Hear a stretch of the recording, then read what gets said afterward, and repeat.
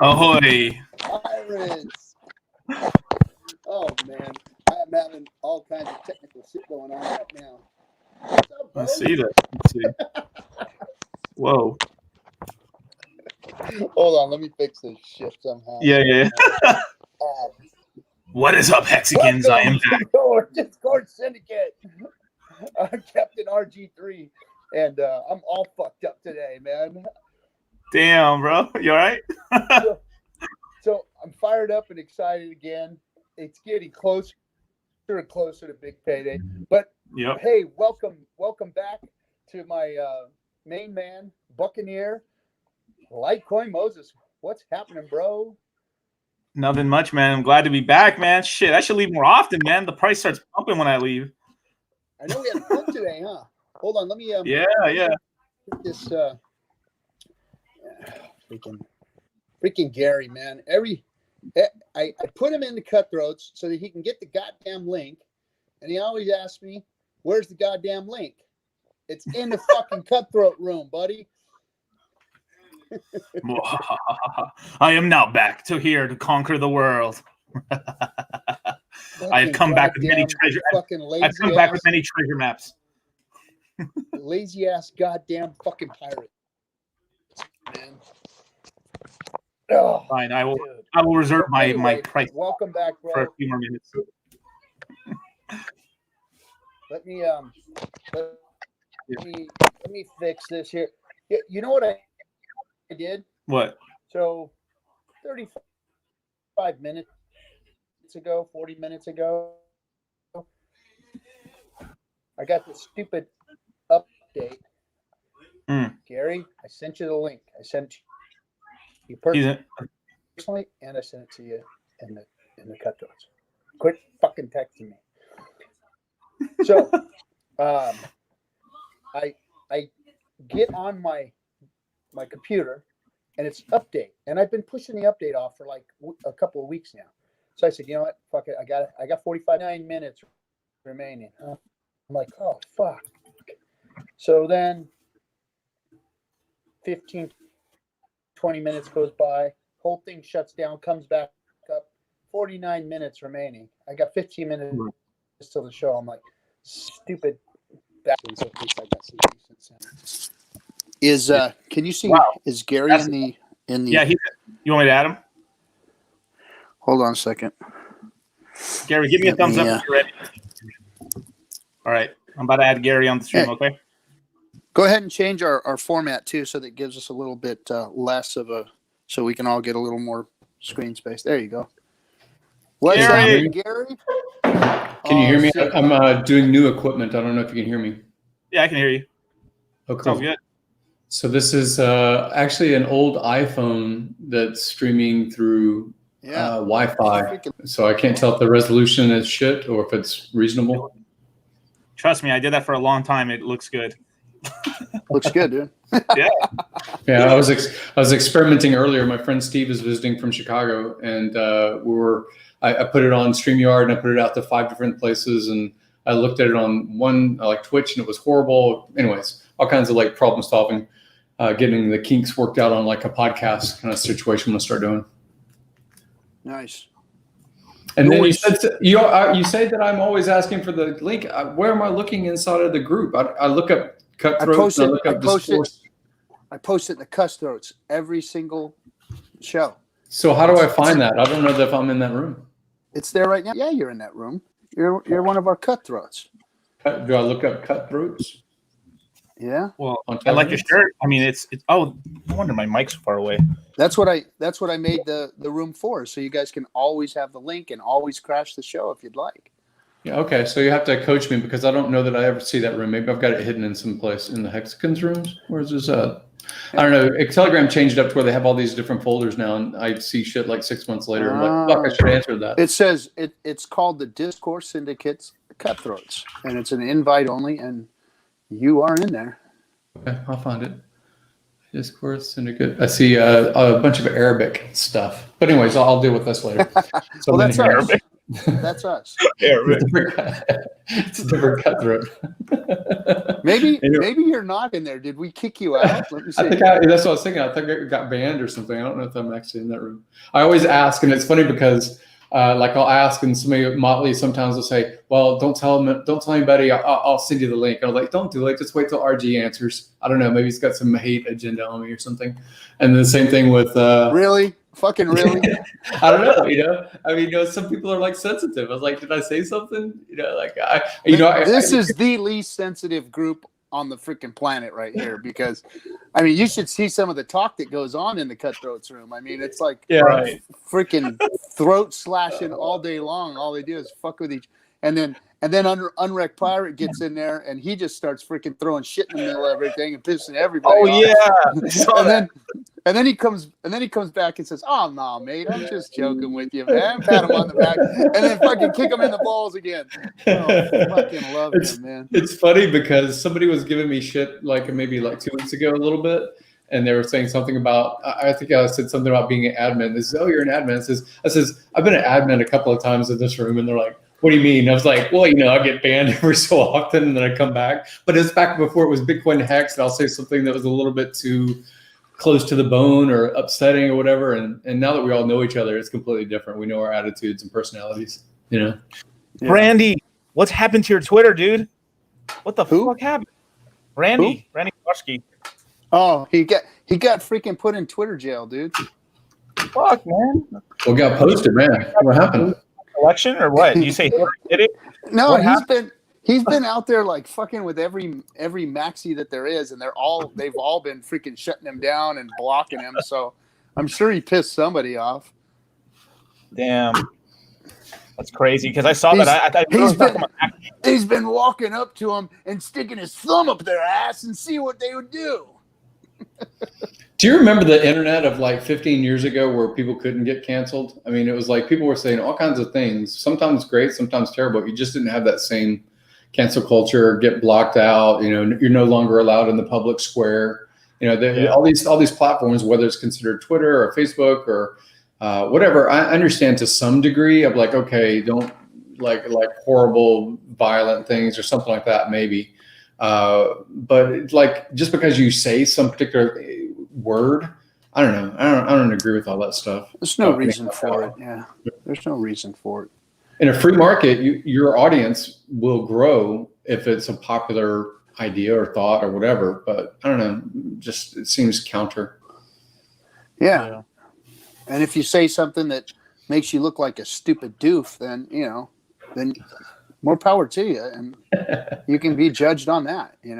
Dude, I cannot find you in freaking Telegram now. Yeah, see, I can't even find you in Telegram. You and I have conversations and everything else going on, but I can't. Yeah, I just always type in RG and let's see. Yeah, you saw how I put my thing in there, but I don't know why I'm not in there. But how come I'm putting in Gary and I'm not seeing anything? That's not making sense to me. Let me see. If I go at Discourse. Hold on. Oh, you're okay. Funding. Let me get you under funding, Jim, and see if I can find you that way. Nice. So how you been, Gary? Man, haven't seen you in forever. Yeah, it's been a while. My friend's visiting. He's here from Chicago. He's probably gonna be here for a month or a couple months or something. I don't know. I've got to go back and forth to California every so often, so it's good to have someone here. And I think he's going to experiment with podcasts or whatever he wants to do creatively. So I've been setting up equipment that he can use while I'm not here.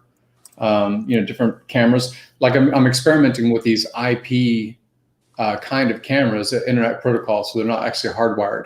So you can actually take it off. Wow! And it's just an old iPhone. It's where'd it go? It's your settings, bro. You have privacy settings set up on Telegram that doesn't allow me to add you to the group. So you can only do it through a link or something. It's dude, we are right up your nose right now. Yeah, and it's upside down. To me, it looks upside down, but to you guys, it's the opposite or some shit. But anyway, let me get this back. The world's biggest fork as well. What the fuck? Oh, I'm upside down. Technology, man. Oh my God. All right, I'm back in there. So really what we want to know boomers search for each other online. Really, what's that? It's not nothing. Said boomers what? Boomers online. I had it with your boomer shit, you little punks. Cutting edge, man. We're still learning all this stuff. Stick your boomer shit up your ass. These are 1%ers right here, bro. They're fully like they're on the interwebs and stuff. Got email. Who's excited about this Conrad and Richard thing? I guess they're gonna be talking pretty soon. Cool. I want to see some unpeeling of both of them and see what kind of questions they could ask one another. Yeah. I don't even know what that Bitcoin Foundation is. I mean, again, who was a celebrity 10 years ago versus today or whatever? But at least he's a baller. I mean, it appears like that's his lifestyle and stuff. Is pretty cool. Yeah. I mean, shit, getting in early, man, and believing and stuff, especially if it works, obviously if it doesn't disappear, is fucking awesome. I mean, it really is. I mean, god damn, man. Like, whew, if you ever get into a token early and then the price appreciates like crazy, then there's just tons of people that are like, damn, I should have bought more. Oh wait, no matter what, even if you have a big bag, you're always like, dude, I should have bought more. Mm-hmm. Fuck. Yeah, it's a sickness. It's always the case. And when it doesn't do well, you're like, why did I buy so fucking much? Right. I was on paper, I was worth this much. There's a time where my crypto was worth over $3 million. And I was like, oh God. And then it went down to 37,000. And I was like, fuck. Damn. So, hodl on, motherfuckers, hodl on. Well, I didn't have as much as you, but I sure as hell did better than you. God damn, man. You have to try and lose that much money. Yeah, it was an effort. It was a struggle to make sure I did it. You were like fucking laying crypto out on the streets and shit, man. Like throwing it on people's front lawns. Like, hey, have some of my fucking gains, man. I don't need this shit anymore.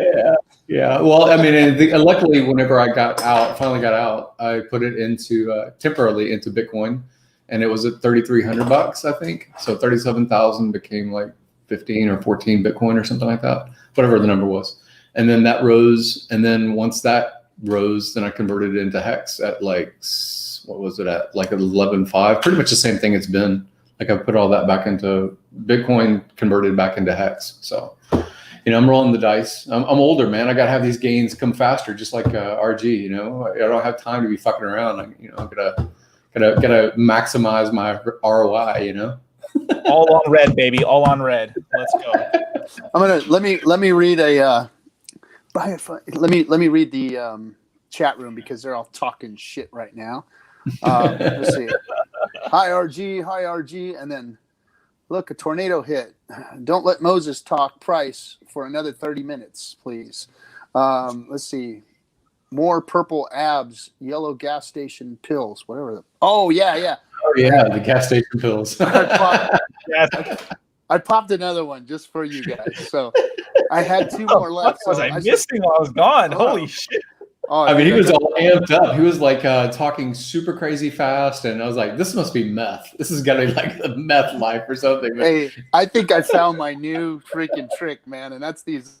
I forget the name of them. I'm gonna have to get the name. They're like they just sell them at like pilots and like like freaking gas stations that are like across the U.S. and truck stops and shit. They're like it's like just one molecule away from being straight meth and shit. Let's see. Hector the Protector. Hey, thanks for the ice creams, bro. Turn up the mic, RG. RG, chill and get a mic. Look, I got a freaking mic. My damn computer's trying to update right now. So when it's done, I'll do it, you fucks. So shut the fuck up. Children of the Grave, donate a diamond. Buy a fucking mic, he said. Okay. Thanks for the diamond there, Children of the Grave. Hector the Protector. RG's on dial-up. Yes, I'm on my freaking phone for a few minutes. 3 more minutes until the stupid Mac's done. And then I'll switch over and get a little better for you guys. So thanks for the lemons into the fire with an ice cream. 369 Hex just donated another lemon. Let him keep his phone like that too. Oh, what meant it fell over or something? Gary sounds great. You sound great, Gary. We look good. Gary was rocking it on Telegram today, so you must have been, pumping out some good shit or something. I don't know.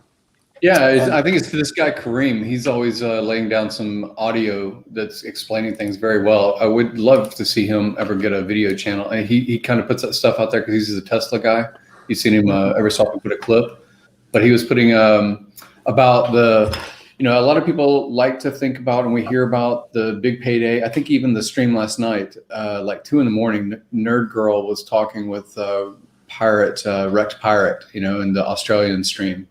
And I was just listening to some of that. I was kind of texting, but early wasn't on the stream, just listening to what they had to say.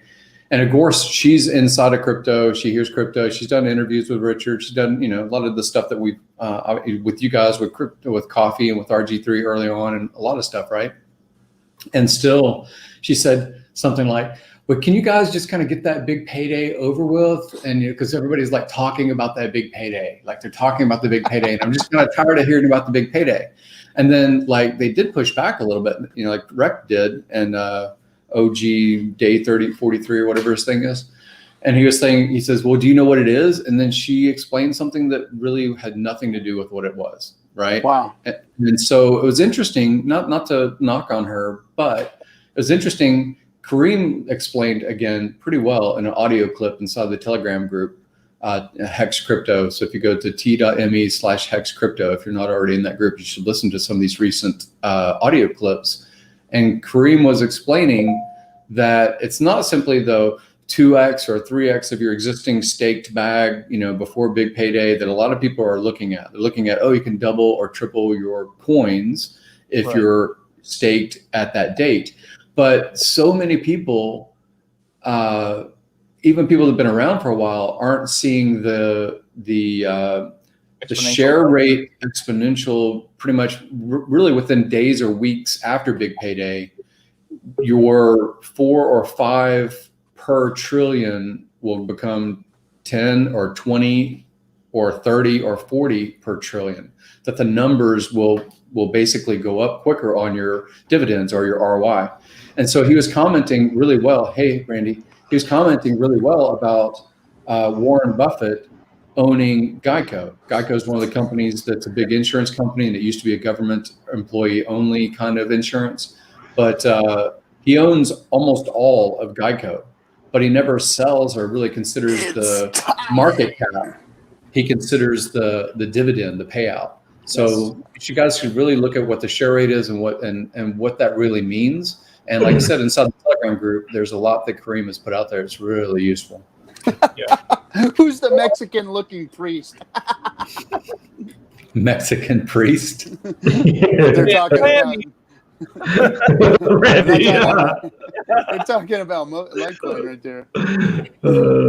Did he do a little tab there? You should put a little white piece of paper. I'll put it all the way. Shit. Thanks, Bran, for the ice creams and the lemons, and he donated a diamond.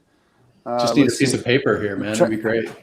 Coffee is seeking out my crypto. Let me see. Thanks again to 369. Put down a diamond. Bran, more ice creams. I'm trying to catch up in the chat here real quick because somebody said something in here that I don't really want to discuss this fucking douchebag, but I do want to say something about the broad that I shouldn't say broad. I guess the freaking chick that shouldn't say chick either, but whatever. Wendy.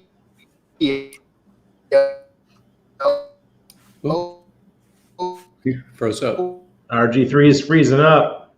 Yeah, your computer's freaking out. Well, I'm almost on mine, so I'll be off of this phone in a second. But what's this with Wendy O freaking having a stream with that ass clown freaking from Wise Token? Oh, I didn't see that. Who is it? Some other person talking about Wise Token? Some hater? Yeah. Well, the main freaking douchebag from that thing was, I guess, being interviewed by Wendy O. Yeah, I don't know. That is kind of weird because that doesn't seem up her alley. But who knows? No. Well, there's a lot of influencers that are really starting again to hunt for someone to pay them, and some of them are coming back to prominence, and some of them are obviously being sponsored, I think, underneath the table or percentage. And I had heard, I really haven't kept track of the Wise thing, but I have heard that there's a certain percentage of coins that are basically put towards influencers, buying that influence. So you're going to start seeing it talked about. But I still, this idea that you're forever in a smart contract, locking money into that contract that can never come back out. It can't really come back out. Like you may have proof of liquidity, because if you put in $50, you can always get those same number of coins back. Whether they're worth $50 or not is different. But I really don't understand how that is not different than burning money. It seems like you're always going to have that locked in as a base. Okay, I love the Jesus. This is awesome. Go ahead and talk. I'll be right back. He did it. I'm gonna get off this damn phone. My computer's back. I'll be back. All right. But yeah, this is a new look. And look at these people dressing up. Did you see the Rex pirate? You should look at his stream from last night. He was all in a 3-piece. He looked like he was a proper Englishman or something like that. He was really decked out last night. I really want to go with it. I want to go with a toga look. You can pull that off. Yeah, I can see that. Yeah, because my brand for my app, it's Aesop, right? As in Aesop the philosopher, or not the philosopher, but the storyteller. So I was telling my wife, I was like, man, we should really do live streams dressed up in togas. You know what, that'd be kind of cool. We should do that for like the 24-hour or something like that. And it just popped in my mind. If you think of an iconic rich person in history, like you just talked about toga, so that might be like Caesar or something like that, right? Or someone have to go all Egyptian or whatever, but basically the wealthy people of time. That would be kind of a cool, like how, and since it's coming, Halloween's coming up and things like that, I may shop for something like that for the 24-hour stream. That'd be really fun. Yeah, if we all did that, if everybody participated, it would be hysterical. It would get lots of talk. Yeah, we should actually do one, since I don't know if Halloween's going to be blocked or not. They're telling in Puerto Rico the little kids can't go around or something. I don't really know if that's true. But I think that would be kind of fun for either the 24 stream or for some big thing where kind of all of us influencers are on same kind of wavelength. That'd be fun. Absolutely. We actually looked into because we're going to be in Mexico for the Dia de Muertos. And, they're actually going to be all the celebrations are canceled, but they're going to have, each city's got like designated areas where you can go visit. But there's going to be lines and everything, so there's no parades or anything like that. But yeah, I was so excited to go see Dia de Muertos, my first time. Oh my God, the first opportunity, and you have to do it in COVID time. Well, I wonder what are they going to do in February? I mean, like I keep thinking this is going to be based on like our political scheme right now and the presidential thing. But like Mardi Gras is going to be in February, and all of the stuff in Brazil, Carnival and things like that, it's the same time. I do have friends that just moved back to Colombia, and so we just canceled it. Panama already canceled Mardi Gras, or whatever you call it. Randy, I actually have a question for you. So I have a friend of mine that actually lives in Panama right now, and he doesn't know how he's having trouble actually purchasing crypto over there. He doesn't know, like, well, that's what he's saying. Like, he's a noob. He's a noob right now, but okay. Like, I don't know anything about Panama, and so I was like, I really couldn't give him any recommendations. So I was like, it's a financial capital. I mean, you could get it so easy here, easier than here. Yeah. We use. We'll talk after if you don't want to. It's easy. It's easy. Local Bitcoins. It works great as long as he's got a bank account. Local big. Okay, got it. Okay. And he meets a person at a bank. Is that what it is? No, it's not a cash thing. No, 100%. Just for bank transfers. So I know that local Bitcoins for a while was like maybe 2 years, 3 years ago during that bull back then. It was a big deal, and it was whether you're meeting in person or whatever. That was still like, is that money transmitting if you're peer to peer? All the stuff that we do with dollar bills. So local Bitcoins, is that kind of a good resource now? I mean, for foreign countries to do it? Yeah, absolutely. Especially for here. It depends on what country you're in. Like if you're in Mexico, you use Bitso. Bitso is popular. Bitso, okay. Yeah. Because every country. Yeah, because it was actually kind of a stretch trying to figure out you do have a priest freaking shirt on. He did it. He did it. He did it just for us. We were talking about being in costume while you were out. We were talking about being in costume for one of these events. That's awesome. That's your Halloween costume. You just haven't put the big Litecoin emblem on the front of it yet, right? Oh well, bro. I can show you right now, bro. Let's see. Oh shit! Oh my God! That's awesome, actually. You shilling ass bitch! You. That's awesome. You have no I think I should do it. shame whatsoever. No shame. Definitely, the guys that already have the hex shirts, they should definitely do that kind of for Halloween. That busting out the Superman hex. That'd be pretty cool. I got to get the shirts done. So I got the logos and the designs done for the DS shirts. They're fucking rad, man. They came out awesome. really, really cool. And I just got to find the right t-shirt company. What's funny is what do they call it? Print to garment. They call it that. Yeah. And I've been building the Amazon locations that are putting that together.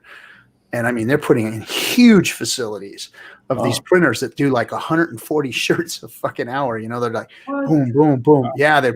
So what you're going to be able to do with Amazon is, and it's there, but you can't actually put the order in yet, is you'll be able to set up your design and people can just order your shirt right on Amazon, print to order.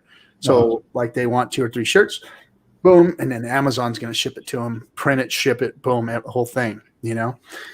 And so I put a facility in Vegas, Arizona, and Kentucky. I'm going back to Kentucky tomorrow or whatever, day after tomorrow. And they're building these huge facilities. I mean, monsters. And they're just for making T-shirts.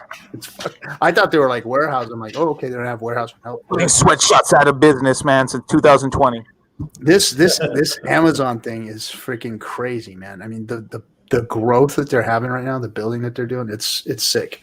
So yeah, hopefully I can find it. So if anybody out there has access to a good print to garment, I was going to talk to Nerd Girl. I know she does those too. So I got to get.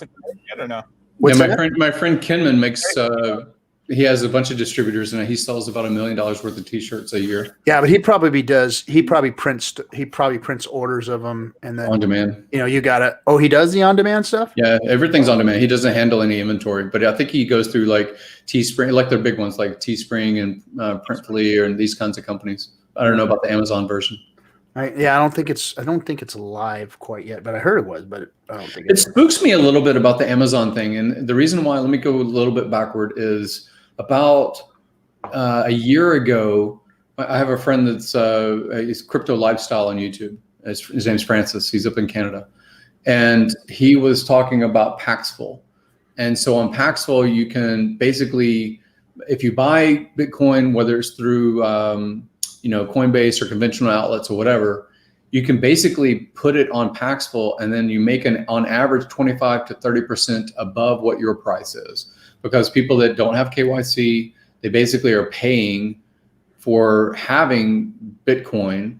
And the way that you're getting paid that's making it somewhat insulated is that they are buying Amazon gift cards with cash. If they buy with debit or with credit card, you run a risk of a chargeback, you run a risk of the account being shut down, blah, blah, blah, blah, right? So I was doing that, and I was doing Purse.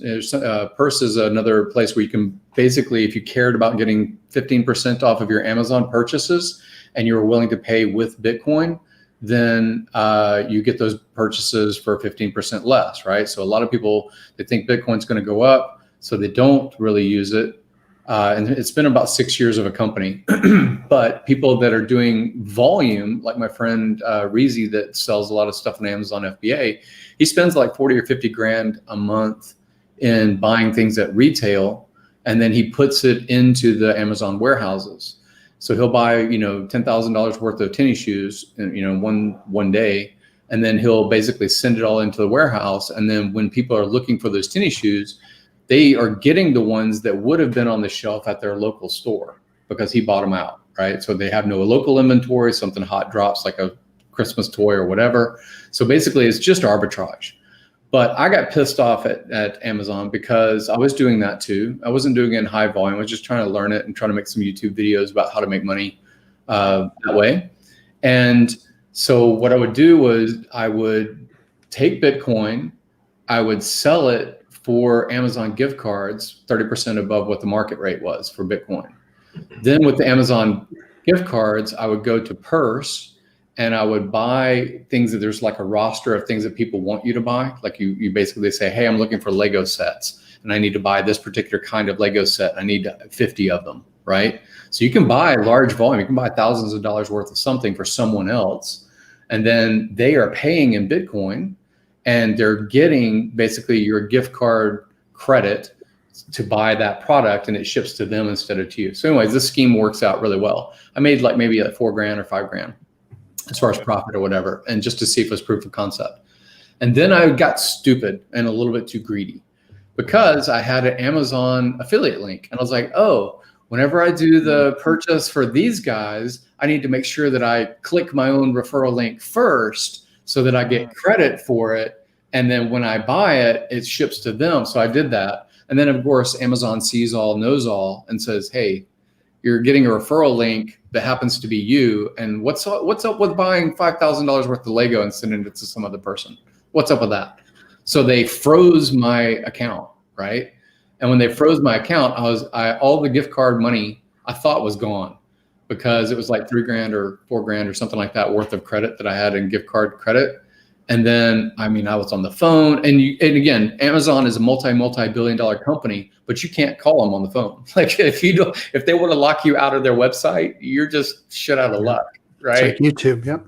Yeah. So when you're shit out of luck, the good thing, like you just said, companies like Printfully, Teespring, Print on Demand, Get Your Own Socks, whatever it is, they're going to see competition with Amazon's thing that you just talked about, the printing on demand. Yeah. And it's great that Amazon can compete with places like Walmart or Costco, but as everything gets centralized, you again fall underneath the fact that your money might not be worth anything because you can't buy it at a certain location, or your money doesn't mean something, you know? Yeah, and when I looked at their program, it looked like it was a program where they wanted to kind of take control of your creative content too. I didn't read the details of it yet, but I was like, oh wow, this sounds kind of weird. So they're actually like, they want to reward you for your sales. So they're like taking creative, they're taking the content as like it's their own, and you're going to get portions of the proceeds. So I don't know. It was kind of weird. So I was going to look into it, but the machines that they're putting in are badass. I mean, well, they have a history. $1 million machines.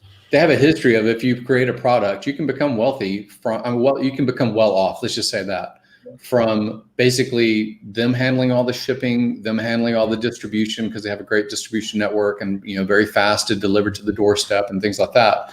But when you do come up with that reasonably good idea, better than a yoga mat or a better version of whatever it is, if they have enough volume, because they see all of the metrics and they see exactly where you source it and what the materials are, and they have the same contacts that you do because you're using their platform, and they have a history of basically cutting you out and basically taking those sales. That's what they do. They take over, and it's ours now, kind of shit. But so a couple of things I want to get into before we get too deep into the stupid fucking Amazon thing. All I was trying to talk about was we were going to put out a t-shirt. Cool. So we're going to have a t-shirt. But one thing I want to address somebody. Moses, did your Moon Gang buddies have our Motley Investor on their show the other day? Yeah. He was on there? Yeah, I know he was, but I don't know if Jesus knows about it. He froze. Did he freeze? Oh, did he freeze? Yeah. No, he's just being the stoic priest right now. Well, it's hard to tell. He's like, oh, I got busted. Hey, look, I'm gonna call all you fuckers out when I get a chance. Look, we're all a big family here. Motley included. He's part of us. But he gave fucking Moses so much shit the other day when he had what's his name? The nerdy kid come on here to talk about, he wanted to apologize for calling Hex a scam or whatever, his half-ass apology or whatever. But freaking Motley gave Jesus so much fucking shit on the chat that day, calling him out, calling him names, calling him a fucking scammer, calling what the fuck is he doing? And then he goes over there and uses that platform and starts talking. What the fuck is that all about, Motley? Anyway, I'm just calling you out, bro. You called freaking Moses out that day like a motherfucker, and then you go over there and start talking with these guys. So what the fuck was that all about? Anyway, but just saying, I love you, man. You're one of ours, but fuck, go easy on each other here. Fucking douchebags. Expanding. I don't know if you know who Ben Mala is. Did you see when Motley was getting Ben Mala to talk about crypto? Yeah, Ben Mala is fucking awesome. He's a great fucking real estate guy. Like, awesome dude. He's like, I don't know about Hex and I don't know much about crypto, but if it's a good coin, then Yeah. And actually, someone actually in this, because it was a chat, and Ben had somebody else who was running the chat for him while he's talking, right, talking about his live stream stuff. Yeah. And he said talk about Hex. And that was Motley. Motley was making that message. Yeah. Right? He was on there talking about it, but he was like, he's still over there. But we had the other guy over here. I mean, it's like, what the fuck? What I liked was somebody pushed back that was in the chat and said, "Oh, Hex is a scam." And then Ben Malo was like, "Oh, well, that missed me. It's a really good opportunity." Like, if people are saying they're hating on it and shit, then that's usually a good sign. Hey, thanks for the Bitcoin. That's how it was. Yeah, it was with Bitcoin. That's how it was with Ethereum. That's how it was with Steam. I mean, come on. I've been through this every single time with every coin. So I will say this though, with the people we ended up teaching in the course, there's 25 new hexagons in Hex and stuff. Yeah, so it's cool, man. I'm actually starting to turn. People are really starting to turn around. So like, one of my good friends, Wasabi, turn around. We knew I'm gonna have my friend Wasabi come on the Friday show, the Hangout and stuff, to kind of, or maybe the Monday show, depending on how you guys want to do it. But like, he's bought in, he's staking out, and now he's figuring out his strategy. And he's like, "Holy crap, this game theory is insane." And it was like, yeah, what do you think I've been screaming over here doing all these fucking shows and shit for so long? Like, you think I'm just doing this shit to like these, like you think I'm just doing it because it's like, fuck, man, made me so angry. And then like Charlie's bought Hex now, and now he's asking me like, dude, how should I stake this out? Everybody is turning around on it. I mean, everybody was like first they're like, no, that's stupid to scam and this, and then eventually they start course correcting, especially when you start telling them like once this big payday is done, dude, like you're not gonna get the two, you're not gonna get that 2 or 3x for the 1 and 2 year stakes and stuff. And then I tell them like, but bro, if you stake it up from this to this, you have money coming in always. And then once those 5 year stakes come out, because it's like, if you think it's bullshit, okay, think it's bullshit. Go ahead, have them staked out that long. It's throw it away, right? But when you start getting when Hex doesn't fucking disappear in another cycle, and you start getting the fucking 5, 6, 7, 8, 9, 10 fucking 15 year stakes, you're gonna be like, God damn, I'm so happy I did that. Yep. Yeah. Sorry, I'm a little hyper on top. Hey, by the way, staking percentage right now, 13.22. That's abysmal. That is abysmal.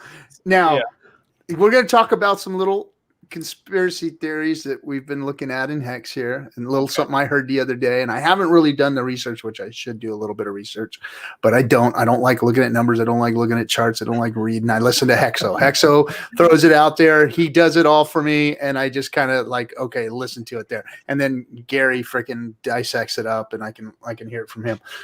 So, but a bunch of wallets got made the other day, right?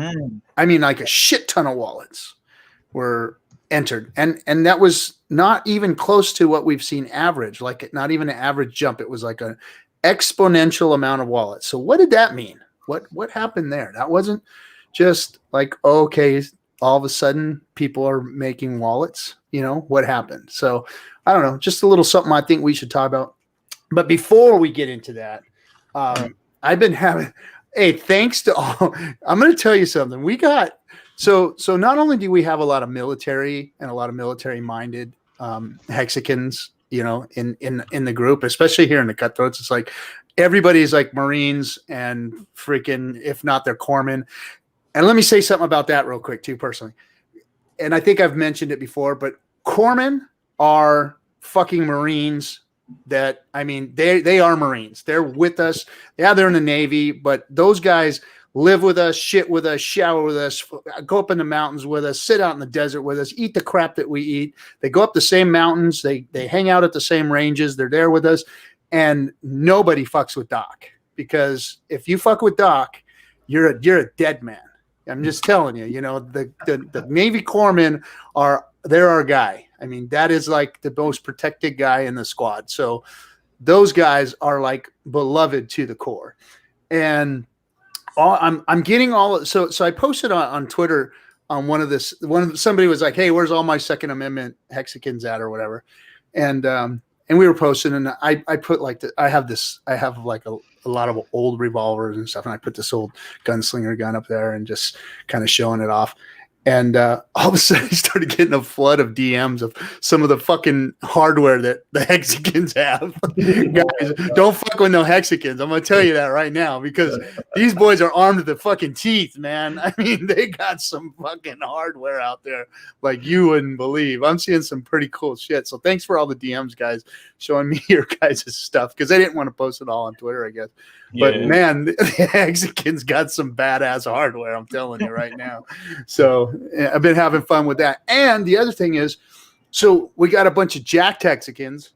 There's a whole bunch of them that are, working. I mean, Litecoin's like 6'40", and he's young. He doesn't show himself. He hides himself well. That's a big boy right there.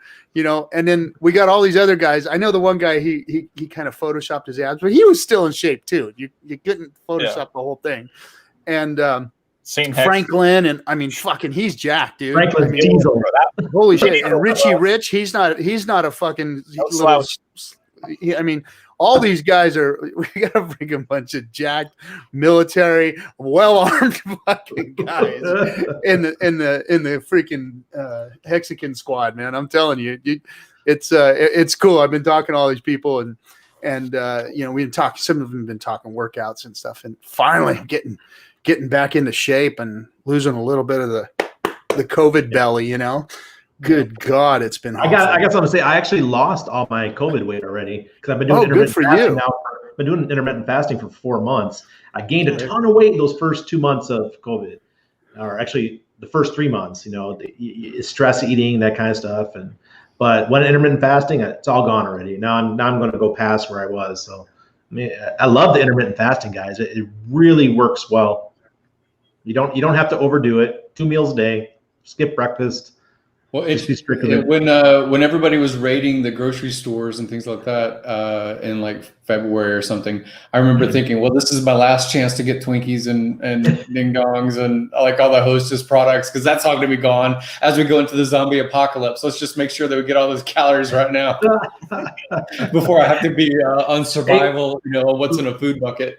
let me drop this really quick. I want to tell people that if for those of you who need a little bit of like me, who need a little bit of discipline, download the Fastic app, Fastik. It's free. There's a paid version, but I just use the free version because all I need is that to know that I'm staying within my 18 or 19 hour range. And every day you just check in, make sure you drink all your water. It's called what? Fastic? Fastic, Fastik. If you start later in the day, then you have to go to like 10 a.m. the next day or something like that. So it works great. The other app that I love that keeps me on my diet plan is MyFitnessPal. I use that to track my macros, and exactly, I think you can put recipes in there that you make your own yourself and weigh everything out, so that when hey, I'm going to eat that thing, whatever, boom, boom, boom, and it shows you what to eat every day. I mean, it's just it's awesome. So if you MyFitnessPal, Fastic, you said Fastic. Fastic. It's really easy, so it doesn't have all. I guess if I paid for the extra, I could have all those similar things too. But I just use it for monitoring. So it has that too. I'm going to check that out, because if it does what FitnessPal does and fasting, I'm going to be on that, because I don't know about the whole meal plan thing, but it has everything else. I might be doing meal plans and stuff just because because I got someone to do all my macros and stuff for me. And good for you. I'm gonna be going back in like 2 weeks to the gym. That's when my local gym finally. What's your calorie intake for the day? It's nothing. I don't know right now. I think before I quit, it was like 2,600 or something. Yeah, it's up there. Yeah, I mean, you're gonna probably be down closer to 1,800, 1,900. Yeah, running it down pretty low, man. I can check the whole plan here. I couldn't get away with 20. If I was eating 2,600, I'd blow up like a balloon. Yeah, no way. You got it. I got to be at like 1,600 to get down to fighting weight again. My friend Steve he's starting to lose weight. I think it's because of the weather. Like, it's a shock to the system being the Caribbean kind of weather, and just likes to be more pedestrian, walking around and more. And we're only like 500 feet from the beach, so you can go swimming all the time. Yeah, I'm looking forward to Mexico and just walking everywhere all the time. We won't have a car anymore. No more vehicle, so just walk. Yeah. So all right, I'm gonna switch it off to all the bullshit being gone. We got to talk crypto now, because I'm sorry. Because gosh, his name freaking drives me crazy. Hex Jesus, Litecoin Moses, Father Buccaneer. Dude, you gotta bring some of that. So you've been working on this project of yours for the last few weeks, and we've missed you dearly. And but you've been out there, and you've still been letting me know about some gains you've been making, things you've been getting into, and stuff that's been going on. So let's talk a little bit about that stuff and what's happening and what you're seeing. The Hex, with all the people that you're interacting with now, with all the noobs or people that have been in crypto that are trading. How's Hex being received by your community there that you've been working with? Because I know it was pretty significant. You guys had a lot more people enrolled than you thought. Yeah, we had almost 90 people in the course. Yeah, for 2 weeks, like dude, it was a fucking boot camp, dude. It was like crying to me, dude. I can't go on the show, man. I can't do anything else. It's like I fucking work, and then I'm on this thing all day, and I'm worried. And I want to make sure these people get their money's worth, and da da da. I mean, it was like I wake up 5 a.m. Just get ready and stuff, start the stream.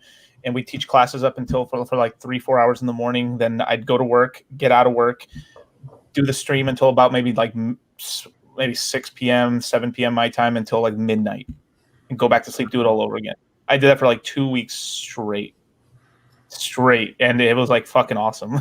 The first week, yeah, it was rough the first 5 days, but after that I started getting acclimated to it. But it was like, damn. This is rough, but like it was pretty interesting just seeing these guys go from like knowing nothing, like literally like all they know is Bitcoin. Now they're buying and they're using Uniswap and everything like that, and they got cold storage, they got VPNs, they're doing all their stuff and everything like that. They got their strategies and stuff. Like they like almost everybody in the course pretty much already like they made a fuck ton of money already on their money. Yeah, they made a lot of money.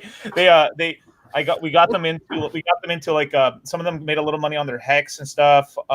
Other people they bought Celsius and they that jacked it up like crazy.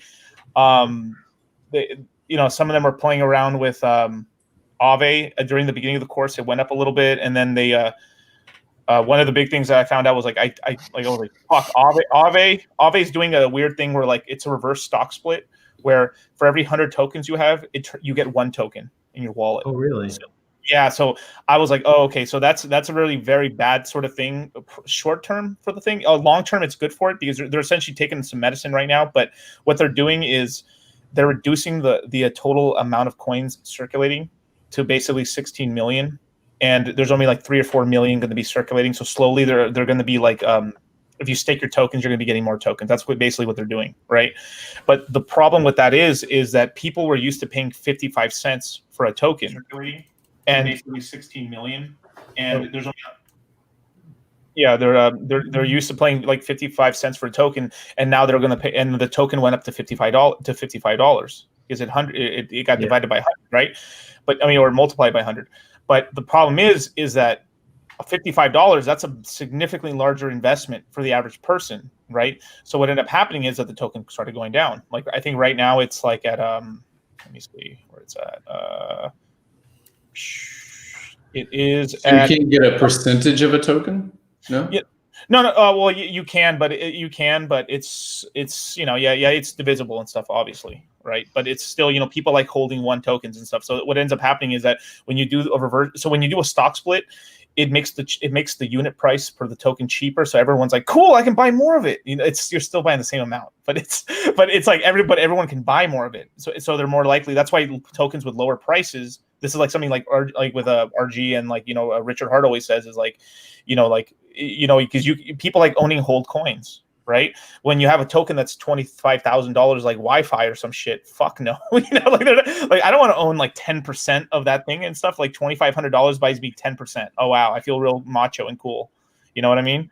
I don't understand that. So is that basically just a marketing thing? Why did they do that? Because I can see where someone says, I bought this last year and it was 55 cents. What's it now? Oh, it's $55. What the fuck? Why did they do like a fuck around with the number? Because it's an emotional thing. Whales like having stuff that is let me tell you why. Well, my my investor in my project, he was one of the founders of Fidelity. He worked with Peter Lynch back in the day, and he had his own hedge fund. And when I told him what I wanted to do my project, he goes, "You better make it whole number. We need to have a small number because the rich guys, we want big numbers."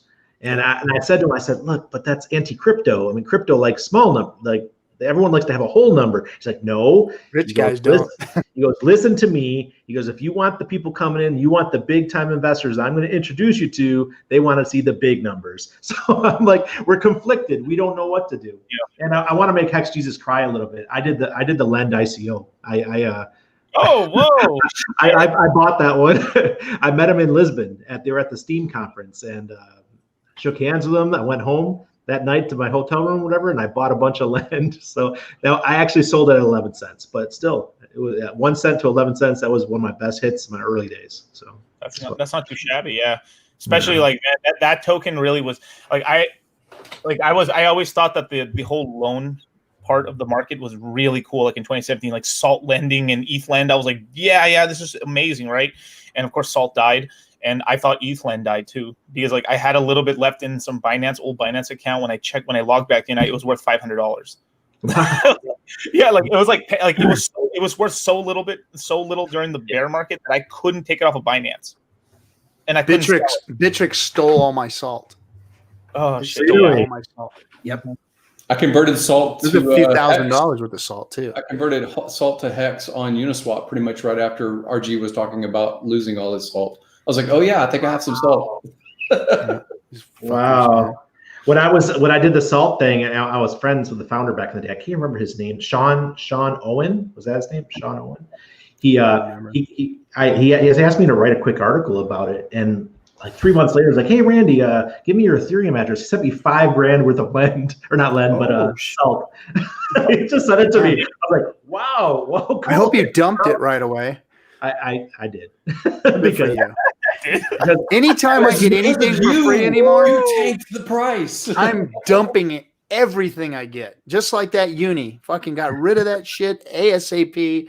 Boom. And look at it now. Look at you now, all you uni holders. Look at you now. I wouldn't be surprised uni goes to like $1 or like 90 cents. I don't know how many millions and millions that the Hexagon group we fucked them up. I mean, if you don't, we ate their lunch. If you don't talk about the OA, if you don't talk about liquidity providers, if you just talk about people that they traded on Uni and they dumped it because of advice, I mean, you saw that price go down. I think it went down to like 250 or 2 something. I haven't paid attention recently, but I saw the tweet that Richard put out, and I think that, and again, speculate about if it's the priest in Africa that's the OA or whatever. But somebody made a tweet and said, you probably should sell. And then a lot of people in HEX sold, and they converted it to HEX. And then pretty much after that, it tanked. And blockchain is transparent. Just keep that in mind. At least this is. That the OA has addresses. And if you look at the OA addresses, the OA had a lot of Uni. A bunch of it. Now what's it doesn't have Uni now. Where are all these? What's going to happen? All that free money that wasn't expected, wasn't ready wasn't in the game plan. Yeah. Now it's all there. Nobody expected What's going to happen? Yeah. You know what would have been cool if this is full speculation, but now that Fending Jim kind of killed it for me since he said it sold supposedly. But one thing I was going to say, while I was doing the course, I heard all this stuff was going on, and this came to my head. I was like, dude, what if we pulled all our Uni together and voted liquidity pool for HEX ETH pair to get Uni token, and they couldn't do shit about it because we voted it in. I don't know. When they say that, is it actually in the code that it has vote, and I think it's 1 million to it's 50,000 or 1 million to get the proposal and 4 million to actually get it approved or something. Yeah, and it's some outlandish number that you have to stake it, and then you over time you get some the longer you stake it, you get more of these voting shares inside the system, and then you take voting shares. But essentially that becomes like its own system, because then you can buy votes. So there's going to be a whole secondary market of people that just stake their Uni. They buy it real cheap, and when it crashes, stake their Uni, and then it's like, well, you've come to me, and you really want this thing passed, so what are you offering me for these votes? I mean, See, I think that's where the dump's coming from, is that nobody can, collect enough to have that vote. I don't think there's enough out there to do it. So it's like, fuck it. And they're getting rid of it. And that's why it's what, $1.80 or something right now. Hey guys, I got an idea here. We saw that MetaMask is going to allow the transfer. You're going to be able to swap right on MetaMask pretty soon. Is that going to kill Uni? What do you mean? Because it's just atomic swap direct, or is it still a lower fee? You don't even have to use Uniswap anymore. You could just swap your tokens right inside your MetaMask wallet. Well, It could be good. I mean, but how much control are they going to have of it, though? How decentralized is it going to be? Well, you don't see HEX on there on the drop down, at least on the MetaMask, right? If you do a search on MetaMask, do you find HEX there? You got to put the address in. Yeah, I don't know. So why are they doing that? What do you think, Mr. Band Randy? They are, yeah. Well, they're trying to get into the DeFi space like everybody else. Yeah, they saw what's happening with 1inch. They saw what's happening with Uniswap, and they're like, "Hey, we've already got this thing cornered." They just passed 1 million. Was it 1 million wallets? Yep. That's a pretty. I mean, I don't know how many each one of you guys have, but I've got 4 myself. I mean, they cornered the Ethereum market. Definitely. Yep. And all this intro. Something I was really surprised about, like, you guys ever heard of Atom, the Atom chain or whatever, Cosmos? Cosmos, yes. Yeah, dude, you could. That one snuck up on me because I was doing research into it. I was like, holy fuck! Like, it's the chain RSR uses, like, special reserve rights and stuff, which is like the token that Peter Thiel essentially is backing from PayPal, and a bunch of PayPal founders are behind that coin too. And what shocked me about it is you can buy it on Uniswap right now. So it's basically a Cosmos chain coin can actually be traded on Uniswap. And I was like, whoa, that's like the first like ecosystem I've seen. Because like, if you had something on Bitcoin, like you have to wrap it in the Ethereum ecosystem for it to work. But this is like the first coin I've seen that like, holy crap, you can just buy it on Uniswap now, and it's on the Ethereum network. But it's a different chain completely. And I was like, holy shit! Well, and can you buy Polkadot on there yet? I can check for it real quick. Shit, let me see. I'm afraid to do anything on my computer during the live stream because I'm so slow right now. Quail farmer said in the chat, "Father, something happened to me, and I don't want to say it in public, and I'm not about the meaning, and am in terror, Father." They're starting to confess to you right now. Confess your sins. I have unstaked, and I sold it for ETH. You motherfucker. I'm gonna start pumping up the chest tonight. Yeah. I got a new video coming out later tonight, guys. I made a video about HEX shares and HEX rate or share rate. So it is freaking growing like crazy right now, right? Isn't it? I mean, the share I think rate people need to understand it. I know our people in Discourse Syndicate understand it because we beat it like a dead horse, right? Yep. but I mean, it's the only thing that really matters in HEX. It's the only thing that matters. So especially right now, you have such an opportunity to capitalize on what's important with HEX. Because if you get cut out of it after big payday, if you're not, and I don't mean cut out, HEX is going to be great for years to come. It's going to be a beautiful thing for a long time. But the freaking cherry is right here, right now, in front of you before big payday. And if you capitalize on it, when Richard said we're going to make some whales, we're going to make HEX whales. If you want to be a HEX whale, now is your time to actually capitalize on that. And it's before the big payday, and it's getting as much shares as you can before big payday. And that means staking out freaking long. It means long. If you're not a guy with a bunch of money or a bunch of coin to drop on this, then you need to capitalize on long. Period. End of story. If you want to be a HEX whale or big in HEX, you need to go long. You need to go fucking long. I looked at Hex.live today, and my average stake now is 7.1 years. Oh yeah, fucking big baller, big fat baller. Going way out. I can't. Anna was like, we were talking today because we were talking about having liquid money, and be able to, pay everything. I'm like, baby, we're locked up. We better keep making other income because you know what? And that's what I was thinking about. My thought process in Hex at first was, I'm going to cash out on this motherfucker and I'm going to town. You know what I mean? And as I started to learn, as time went on, and now today, I'm like, you know what? Fuck the first 2 years. My shit's going out past that shit. I'm going to be a whale. I'll go work for another couple of years. That's fine. I'll get to Puerto Rico. Everything's going to be good. I'll set it up nice and easy, but forget cashing out in year 1 or 2 for me. That ain't happening. I'm cashing out later.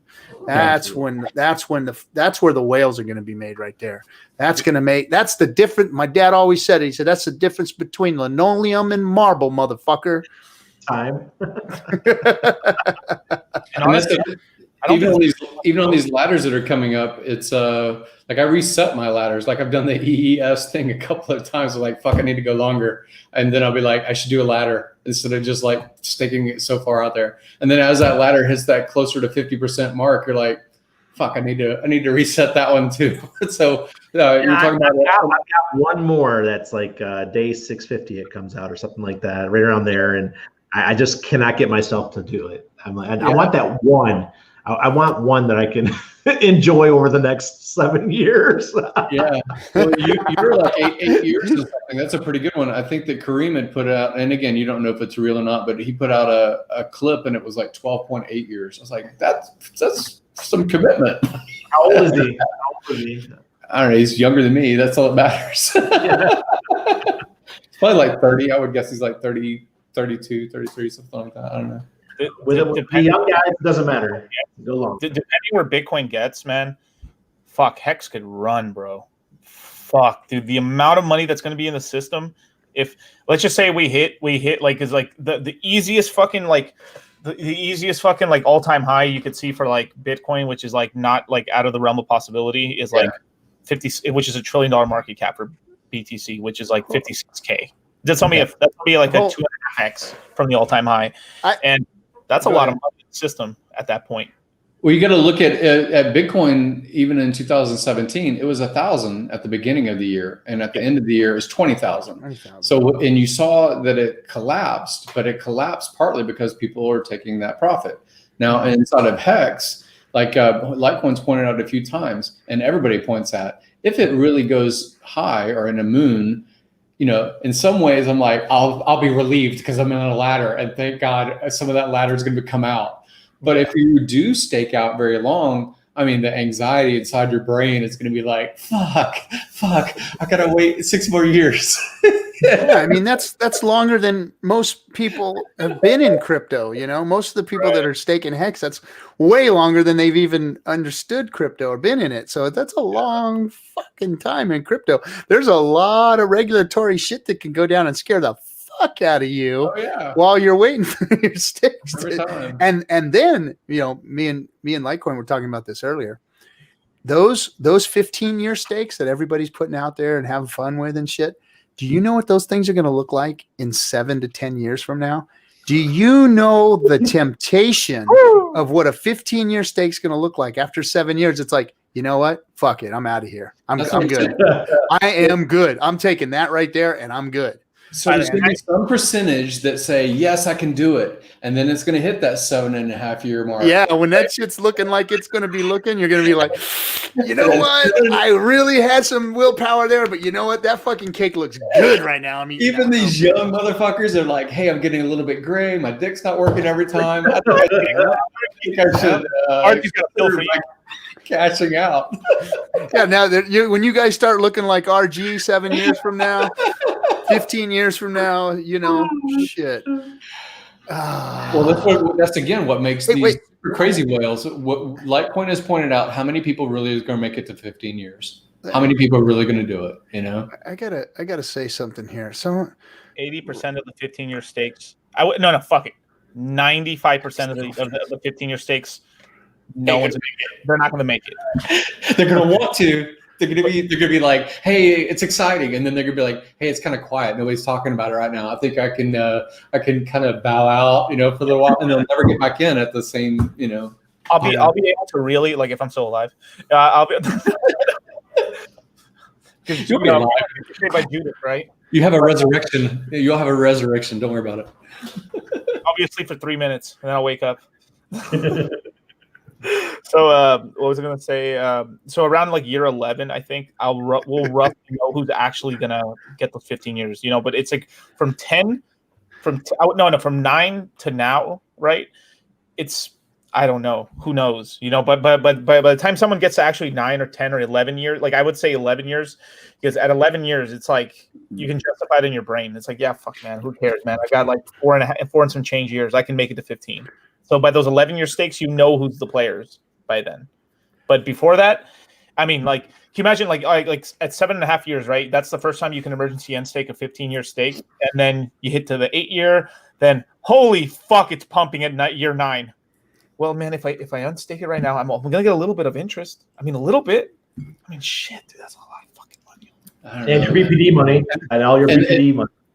And see, the government has been telling me since when I was 14 years old, has been telling me that they had to take money out of my paycheck so that they could protect me in my old years. Right, in my old years, I'm going to have this Social Security that's going to secure my getting ripped off. Right, they're ripping that shit off. That's just Ponzi for like 40 years of working life of a person. And don't forget the scam of buying property out here in the U.S. That's a whole scam in and of itself too.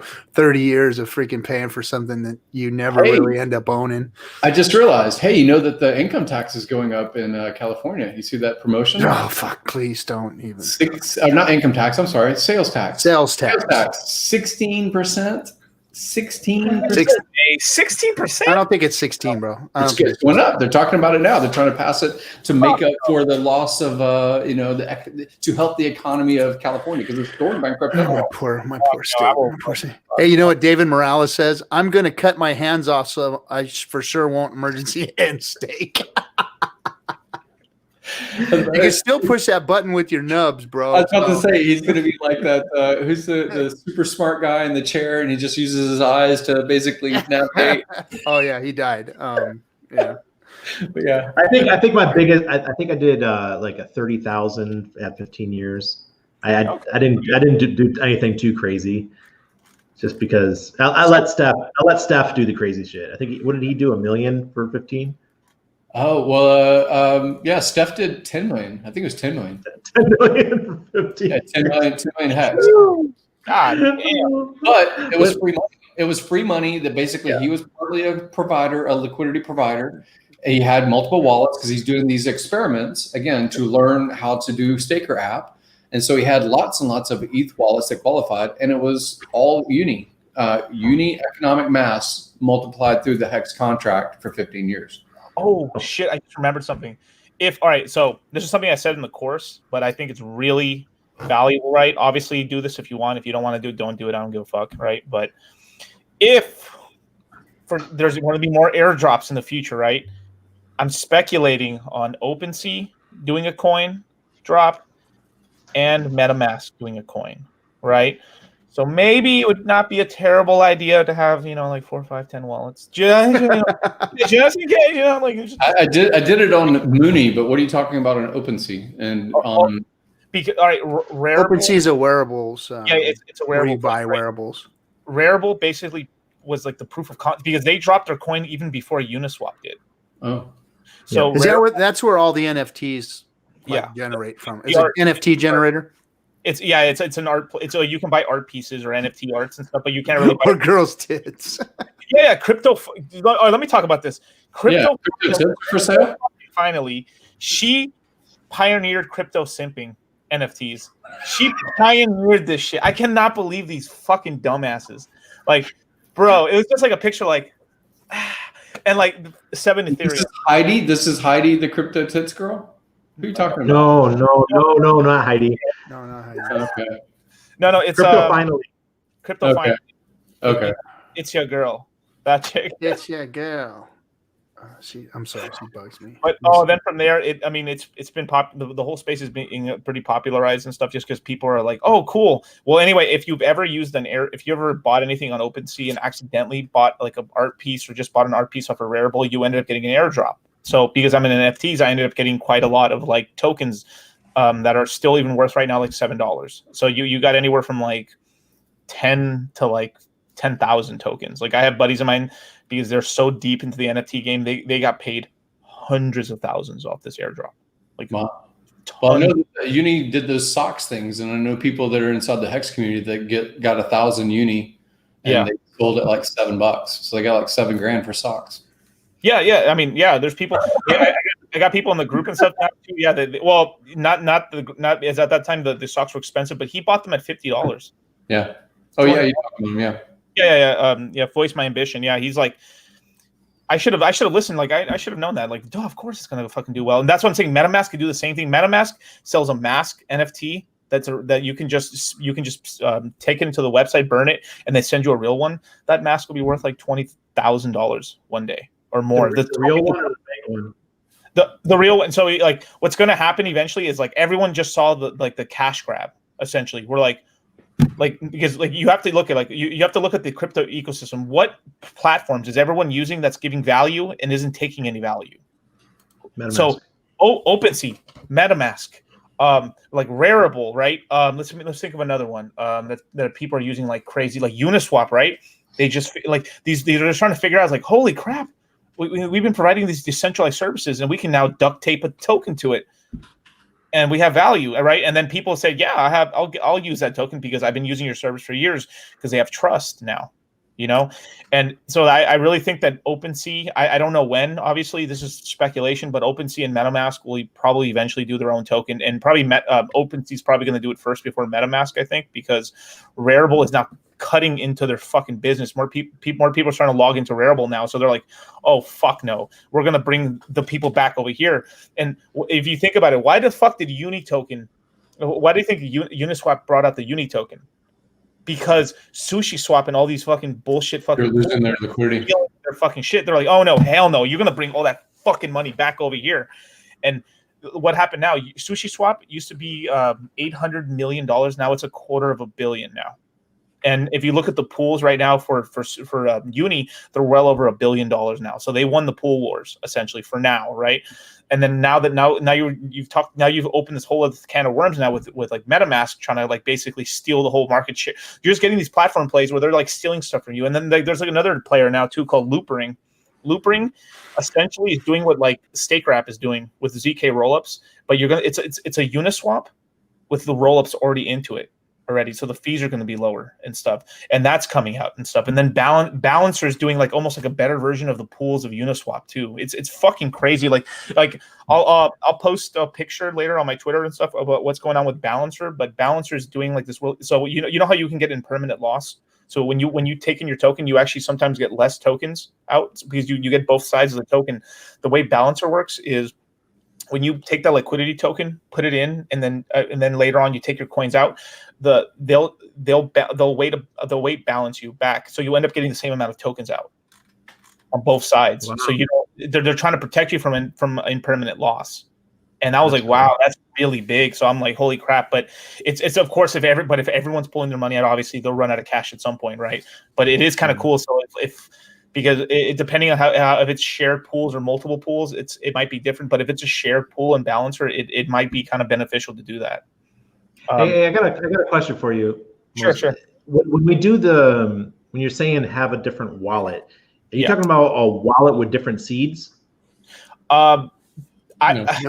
This is where you don't have to. No, I had it all in 3 different computers, but I had multiple Ethereum addresses on MetaMask on those different browsers. Yeah, you don't have to have multiple seeds.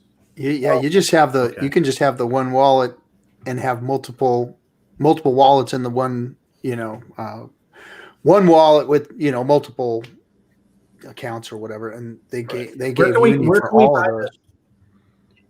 I love this Rarible stuff and the OpenSea and all that. Where can we buy the MetaMask? Where can we buy that right now? Where's the NFT? You said that they've already done a MetaMask NFT. They're planning on making one. They're like they're not sure because what Uniswap did was it's a brand new market. It's untapped right now. I mean, and we could we have to figure out a way, but basically what they did is they put a website up, right? There's 100 tokens, right? There's liquidity in the pool. When you buy and sell these tokens, right, the price is going up and right.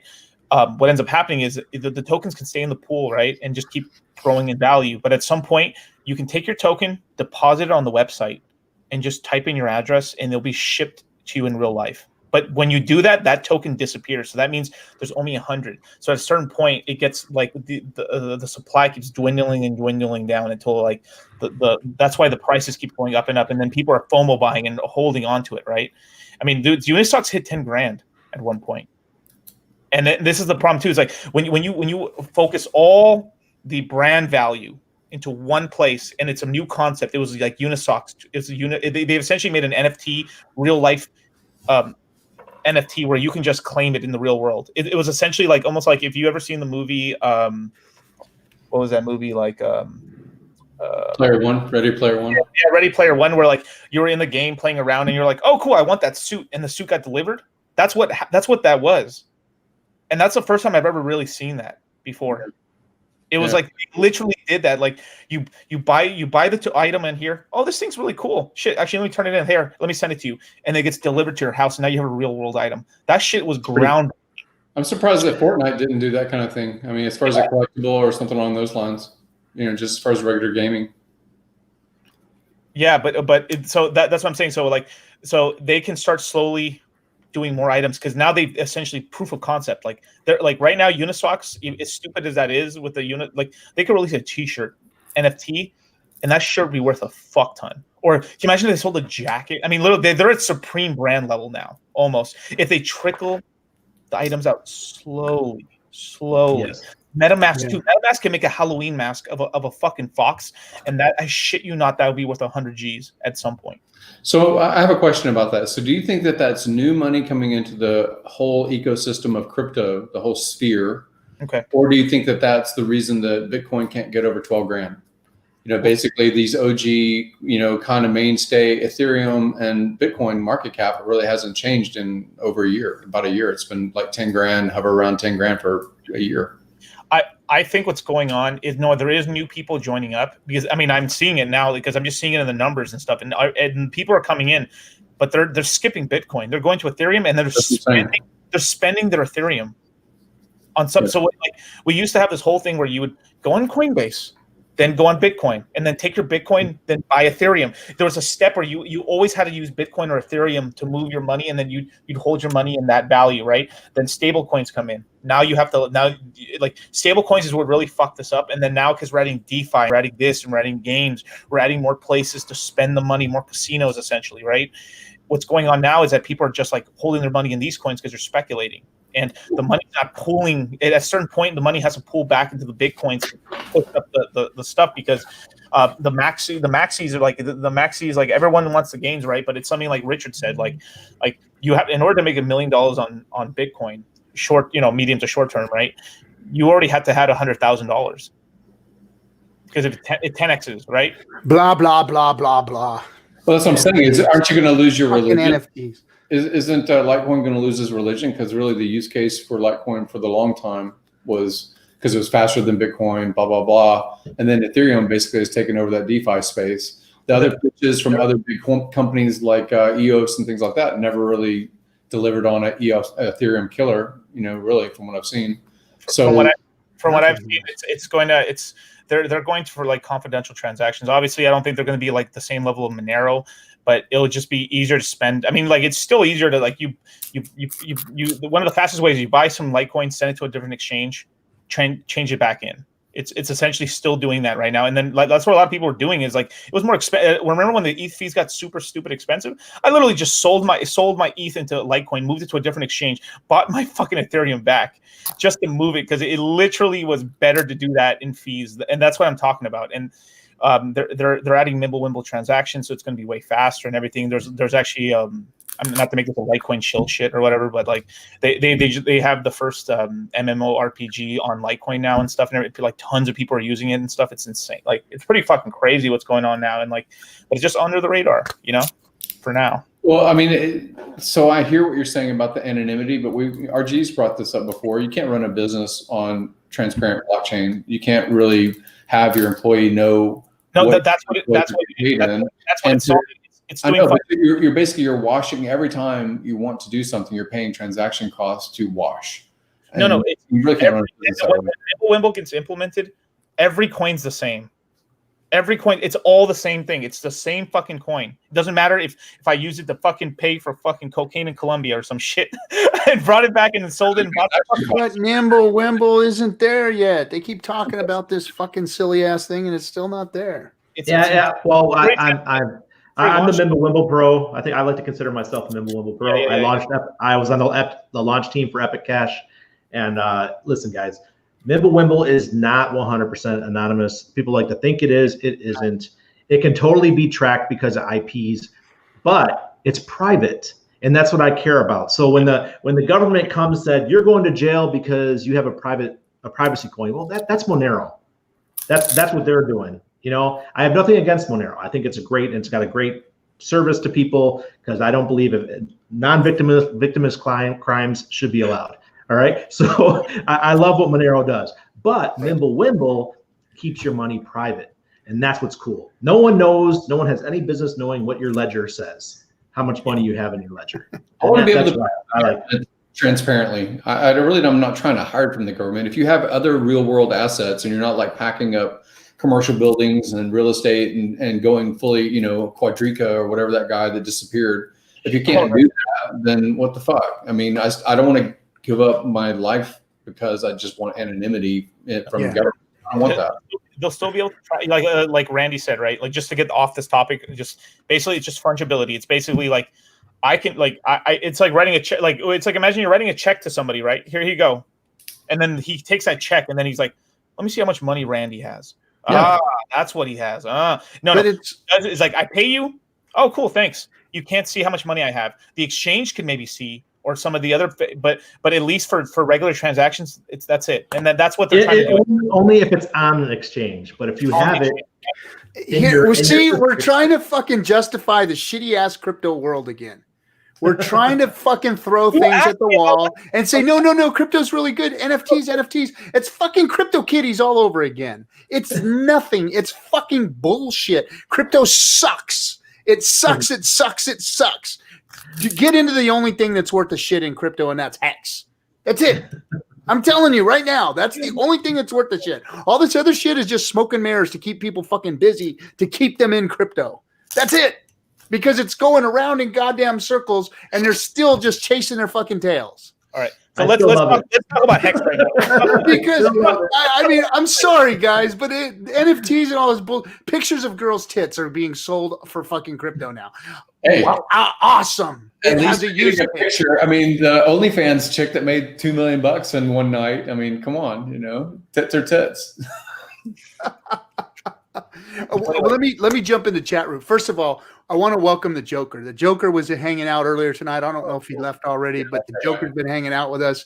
He's been sending me messages saying he's digging on DS. So welcome, Joker. You're awesome. We freaking dig you, man. You got a great show, and you know your shit, man. It's good. And also in the chat room, thanks guys for kicking out the freaking scumbags and the idiots in there talking shit and spamming up the chat room. I did take the X tag off of us. So, hey, just to let everybody know, we're trending #1 on the homepage on freaking Dlive. So good job, Hexicans. You guys have pumped us up to the top. And then because of doing that, because we're on the homepage, we went from, we're pumping up our users again. So yeah, for those of you who are new and just kind of tuning in and checking out what's going on here, Discourse Syndicate is a community. Most of us are what we call Hexicans. So we all are endeared to one crypto that we think is the best crypto out there because it does have use case. It is a finished project. And you won't see anything else out there like HEX. So sit around and listen a little bit.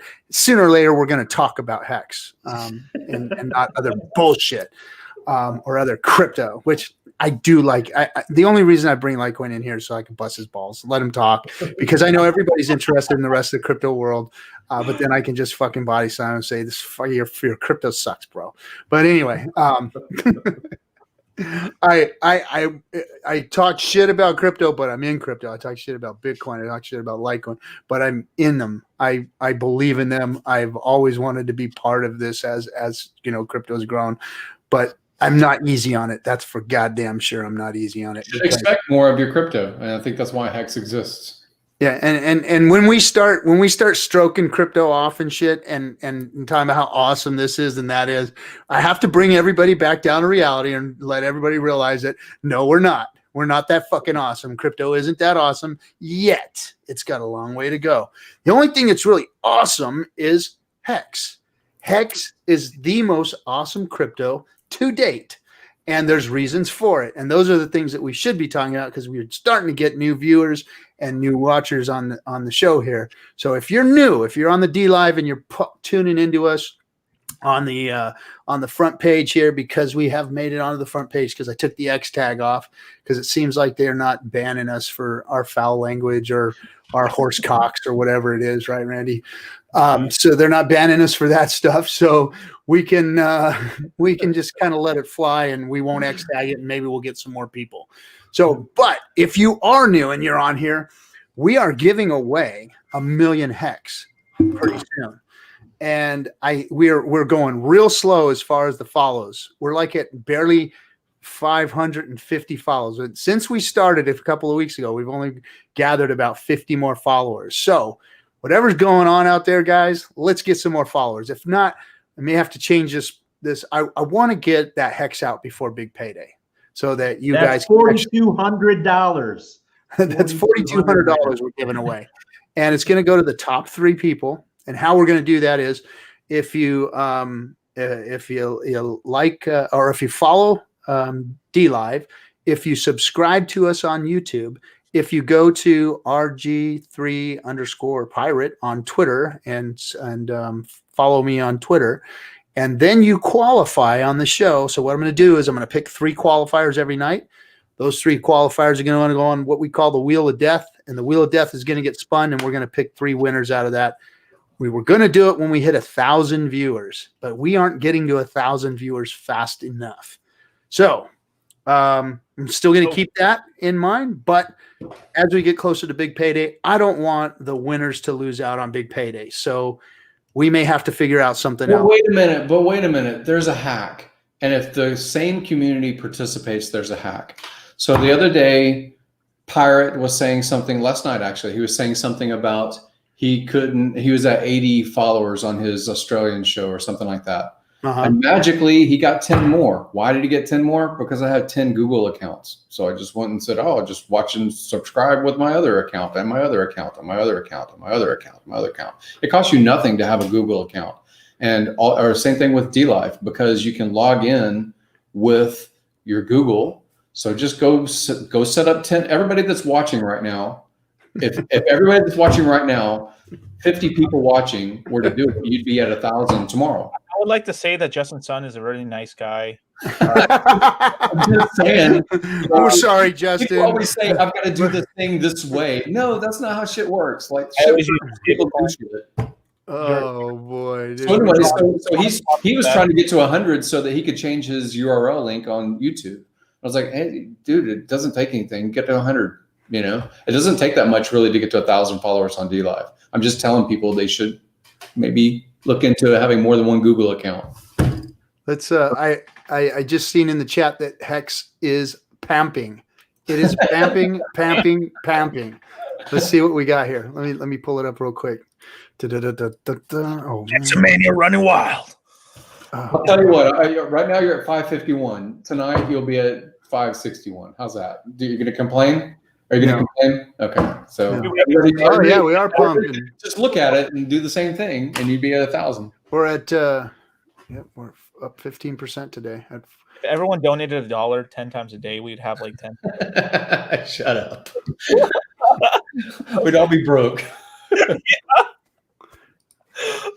That's not the hack. I was talking about a different hack. Yeah.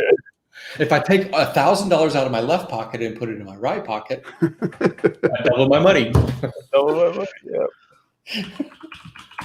Let's see. You know, I was just thinking about something, guys. We know how they all during 2018 In 2019, they were saying to us, "Hey, just own the top 10 cryptos, and you're going to be all set." Oh yeah, the basket currency. Yeah. That worked out. That worked out for That everybody. list has changed. Shitcoiners. I'll take my shitcoins. So Hex Live is showing 15% rise. So it's 0.4249. It is a pretty good jump. Let me check it out. Is it all because of Discourse Syndicate? Is this the effect? Of course it is. I mean, 75x. The ROI is 75x right now. Well, I still think we're only going to reach maybe 0.8 of a penny before big payday or something like that. Okay, let's ban Randy. Let's right now. Oh boy, what happened? I took my headphones off for a second. We're talking about banning. I'm conservative. Randy said only 0.08, like 0.8 of a penny, and like we had to say, you got to go, man. You can't be around here anymore. Oh, that's your price prediction? Because I said we were going to talk about price tonight. Okay, sorry. Before the big payday, I just don't think it's gonna. I don't think we're gonna get the penny that people are thinking is gonna happen. Listen here, brother. I think you're wrong. What do you want to bet on it? Whew. Randy's in What do you timeout want for to a second here. He's on timeout. He got muted. What happened? He's in timeout right now. Look at him, dude. He thinks he's still hearing. Yeah, look, Randy, you don't know, but nobody can hear what you're saying right now because you're killing the price. 0.08. That's blasphemy. No, 0.00008. Yeah. You wish it was 0.08. 0.08, I would love you. I'd be like, yes, Randy was right. Let me tell you fundamentally why Hex is going to pump like crazy, probably, or the price is going to be up much higher than we think it is by the end of big payday. All right. So here's the reason why. All right. Richard Hart, the founder, one of the Lord and Saviors, right? Out here in the Hex community, right? If we're looking at that, right? You don't want to lose. You don't want to lose, but he spent months telling us, don't FOMO on day one. It's maybe just DCA in a little bit. Okay, cool. What does everyone do, including me? I fucking FOMO'd on day one, right? What have we been telling people the entire fucking year? Get your stakes in. Dollar cost average in. Ladder your stakes out. Make sure to have your stakes in by big payday. What are people going to do? They're going to wait till the last minute. Last fucking minute stake. Oh my god, dude. They were like, what day is it? 352? Oh shit. Everything he's ever said, and I'm not getting on the freaking RH dick here. I'm telling you, every piece of advice that I've seen that man dish out since 2018 crash, the top of BTC and the crash of BTC has been 100% dead on. And it's because he knows the crypto space inside and out. And he's not a stupid man. He gets it. And on top of all of that, he built this project from the ground up, from the inside out. And he did it in a way that he knows what's going to happen. He knows what big payday is going to look like. He can't say that he does, but in all actuality, he does, because he fucking built this thing. And he has to sit there and say, I don't know what's going to happen. But think about it. For months, he's been telling us it doesn't take much to move the price of this thing. Right. It doesn't take much.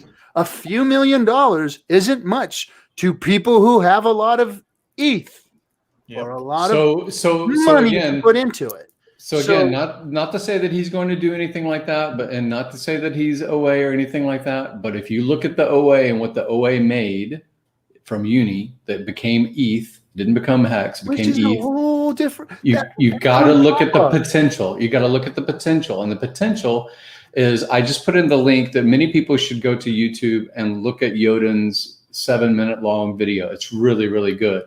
And it's just a vaporwave kind of video and it's Richard and Hexologist having their conversation, talking about, I told you for 3 months, and these Bitcoin maximalists have been waiting, you know, all this time, and I don't know, dude. I think that 0.08 is under. I think that's under for sure where it's going to hit. What's your guys' prediction? I think we talked about the other night, but what's your predictions for staking percentage? Mine is between 15 and 20%. Staking percentage? What do you mean? How much is staking? Well, we're at 13. We're in abysmal 13 right now. Yeah, we're 13% now. Because supply is growing a lot faster than staking demand is, of course. And a lot of that's not going to get staked because, you know, who knows where all that hex is going. But, I mean, like you said, everybody's sitting there. The ones that are sitting there with bags are going to wait until the last minute to stake.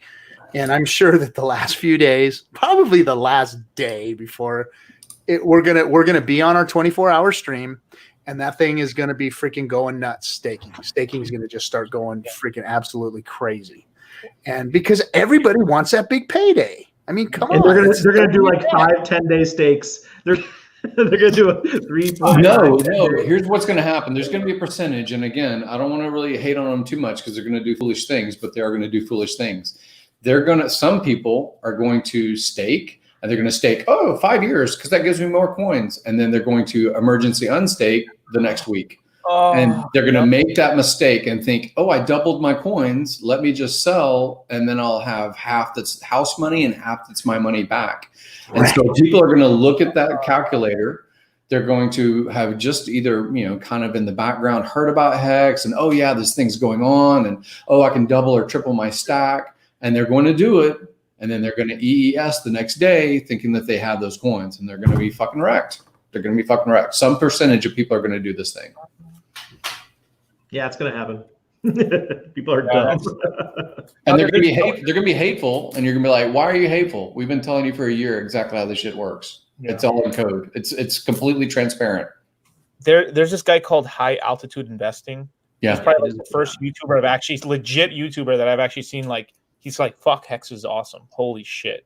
And he's he's starting to put money into it and stuff. And we're going to start getting a little rollout and stuff. It's just because they're whether it's genuine or not that they believe in Hex or not, what they're just seeing like, oh wow, there's an opportunity here because it's going to pump, and I can tell my users that's going to pump. Well, in a way, yeah, some of them are going to get wrecked, other people are going to make money, but overall, it's very good for Hex because it just brings more people to Hex, right? Yeah. And it's just is what it is, I guess. I mean, but these are the ones who are not going to they're not going to DYOR. I know a lot of people hate that DYOR, but they're the ones that aren't going to do it, and they're the ones going to do what Funny Jim said. And they're going to shit talk, and we've got to be prepared for that. There's going to be people like, I lost my ass. Well, we've been telling you for like forever, like everybody has. Nobody in the community has been telling you wrong or misleading you or anything along those lines. And it's available on all the websites. Yeah. But it makes sense, because they're so used to staking. They're so used to staking in other cryptos where they get to just unstake it the next day, or Steam and Hive where it takes 13 weeks. Yeah. We're the hardest stakers. I mean, we're the hardest stakers, but yeah, like there's something called like a fair weather pools, right? Where like you have Tezos or Cardano or something that you can just instantly, if any bad news comes out, you can take all your money out of the pools and dump on the market. So it could say 80% staked, but technically you might as well just count it as fucking 0 or 20% staked, really. Because you name it 1 year, you name it a master coin. The next year you call it a staking pool. The next year you call it whatever. But there's nothing that has a mechanism that's really a carrot and a stick. And this is a carrot and stick kind of crypto. It's amazing. Yeah, we saw that with Dash. What happened? I can't remember. Does Dash have a waiting period to unstake, or is it immediate? I can't remember. Yeah, I think there must be a waiting period probably on it, but they added that recently, didn't they? I don't remember there being a waiting. I never had enough Dash to make a masternode, but I'm just thinking, because I know people that were selling masternodes when the price was over $1,000. They'd sell them whole masternodes every day. Yep. Damn, bro. Hey, I threw some more ban hammers in there. If the chat room's getting fucking plugged up because these people are jumping throw me a ban hammer. I'm like, you got a ban hammer. What are you talking about? I got a ban hammer. Watch this right what are they saying? I haven't been paying attention to the words. Nothing. Just a bunch of freaking, people that don't know what the fuck they're talking about, jumping in there, just talking stupid shit. So, 0.03 cents on BPD, November 19th. I like the way that Shepard, I can't even say his name. Yeah. Oh, Hex Shark, right? Thaco Shepard. I don't know what that is. But how does that help? How does that help me? How does that help any of us? We're all staked. We're all staked so far out. It doesn't help us much. We just get to cheer, right? Yes. Yeah. I mean, if you like a winning football team and they win for 10 years, then you still follow them. You're like, oh yeah, it's my team. Hey, I'm a Bills fan, so yeah. All good. All right. So here's my price prediction for Hex. You ready, guys? The word of God is talking. Keep it low right here, okay? So you're about to say. Oh, ASMR. I think we're going to hit 3 cents for big payday. 3 cents. Dude, people would lose their mind. They would lose their mind. And we already did the math because it quadruples, right? It's a square. So we already did the math before that it only takes like $3 million, I think, worth to go to 1 cent.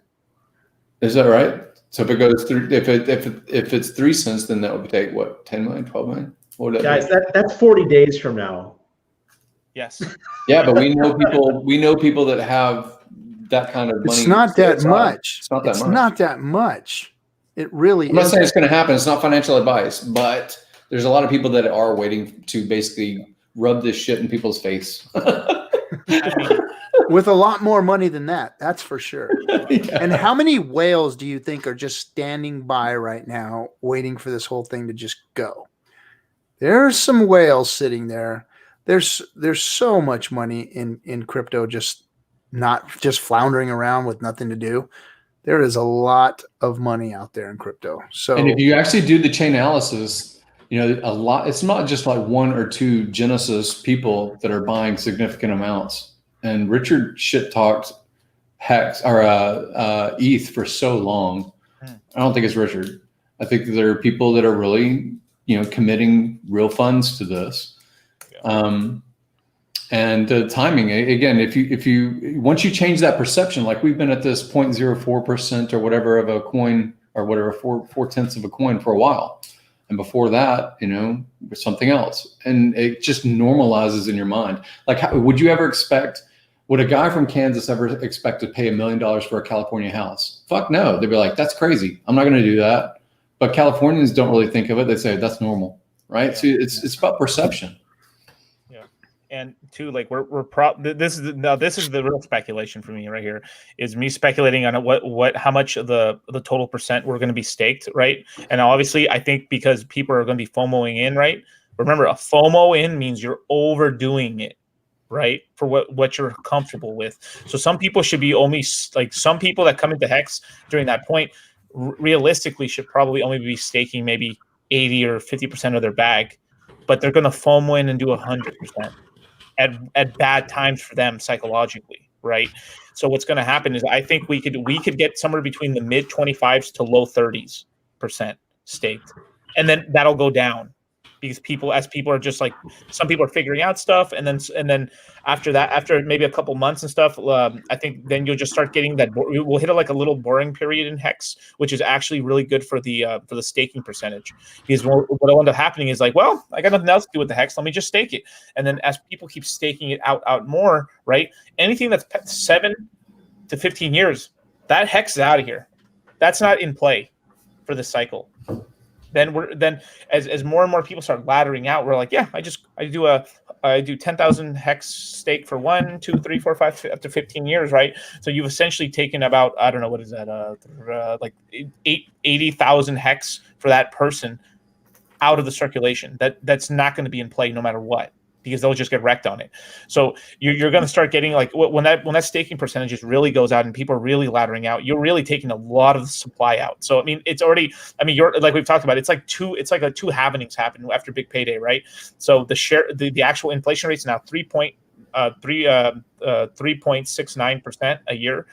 And then on that, because we hit that boring period, we got more people fucking staking it. So the HEX during that year 1 and 2 is deflationary as fuck. Because more people are staking. You only need to stake, 4% of the supply to make it deflationary? Like, you think 4% of people aren't going to stake their HEX, and then at that point, right? Some people are just going to overdo it, right? There's something I've been talking about that's called, I would say, like I call it a hollow dolphin, because right now we're gamifying HEX right now, right? So everyone wants to be a dolphin or a shark or a whale, or I'm an oily squid or whatever the fuck you are, right? Or a minnow, right? What some people are going to do is they're going to play the market wrong within the first 3 years, and they're like, fuck, how do I make myself look cool? Oh, I know. I'll do a bunch of 10 to 15 year stakes, and that'll boost me up in rank, and I'll look fucking like this. But I've got no HEX coming out for the fucking next 10 years. So it's, dude. Moses, dude. We talked about this on Monday night. I brought this up Monday night because I made myself as an example. Like, look, I'm staked out for 7 years, and I can't do anything with my HEX except for that nice little chunk I got coming out next year. Yeah. But yeah, I'm a hollow dolphin. So I got another pumpamental that actually sure. Steph might be listening. At the last moment, if people that have been announcing that they're this animal or this whatever inside the staking pool, all he has to do is change it to be like the chlamydia clam. And then people are like, oh, fuck, I'm not a chlamydia clam. Or they become the small penis squid. You're like, fuck, I'm a small penis squid. I got to move up a rank. The toilet paper whale. All it takes is a little tweak in the wording, and that's what you got, man. Pump. I've seen that used in different marketing platforms, Yeah. But after people are declaring what they are, they're like, oh, I'm an oily squid, yes. And you're like, fuck, dude. Yeah, but how many dolphin wallets do you have? How many shark wallets do you have? That's the real question. Yeah. But this all has to do because 7 years, that's not that bad, right? What I was mostly talking about was people that are like, they're all 15 years out. Or they're all 10 years out, or something, or like 11, 12 years out, whatever. But if they're young guys, it's fine. But they won't be able to hold it. It's psychological. It has to. You have to. Like you said, year 7, 8, 9, 10. I mean, if you make it to year 11 and you've got a 15-year stake out there, and you're in your 20s right now, and you dropped a couple $100K out there of a couple $100K HEX, and that shit's going to be looking so damn sweet after year 10, 11, 12. I mean. I know, and then your girlfriend's just hounding you because she wants to get married. And then you got this the new Audi just came out, and you can afford it now. Right now, you're looking at Hex.Live, and you're looking at the amount of freaking dollar value your HEX is worth in there, and you're like, God damn it, I can be done right now. I don't want to wait 15 years. Fuck, weak hands win. Weak hands win. So I don't know if you guys had seen, but in the chat, I saw that Hex Girls is making chat. And I don't know if you saw that he was quoting, he's got his own chat rooms and stuff like that. And he's saying that they're actually paying people to wear outfits and stuff like that. Like it's going to be $1 amount or something for people. Oh, so cool. There's stuff that's coming out that's like, hey, maybe that's a little bit the raunchy side, but I kind of like it. Oh, man.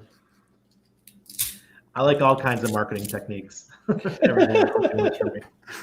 Oh, I like that. Limp dick squid. Little dick squid. I saw that. Little dick lump sucker. Nobody wanted to be a squid. I got to get out of this. Just call me Titanium Roll. Funding Jim had he said something really cool last night about the new Google. What would you say is something where you could put the logo for Hex on it? I can't remember what it was. Oh yeah, so Google Street View. Google Street View. All right. So I got another you can do one it here. with any camera. Yeah. I got another one here. It's okay. I'm not showing a horse here, guys. It's coin. It's something to do with coins here. Coin. It's for geo dropping. Works with the old XYO. I don't know if you guys know what XYO was from back in 2018. Yep. One of the ones I lost my ass on.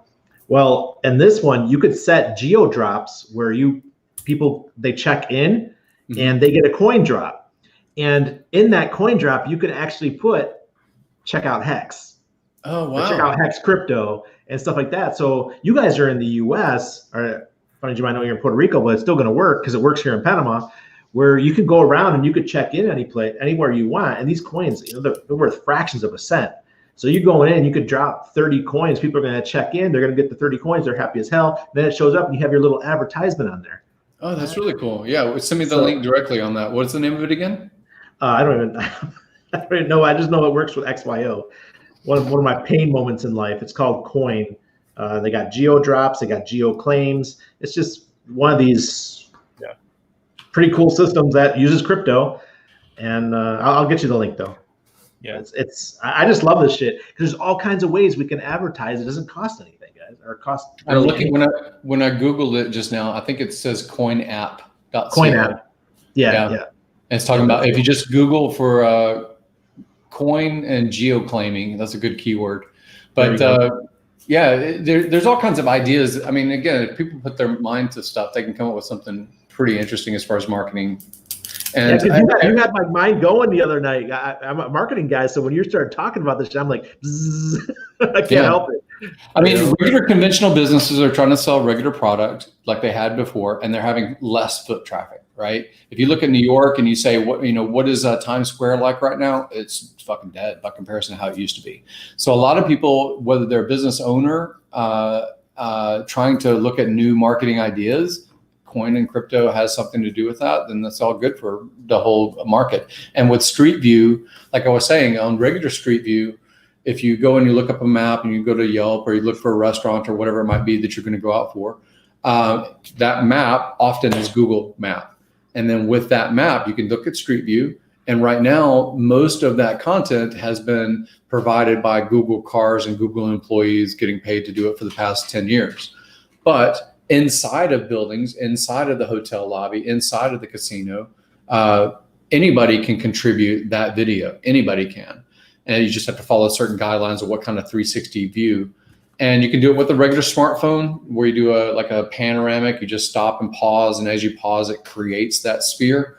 And then the good thing about what I was saying is with the Google Street View is where your tripod would be underneath where that image would be, that sphere.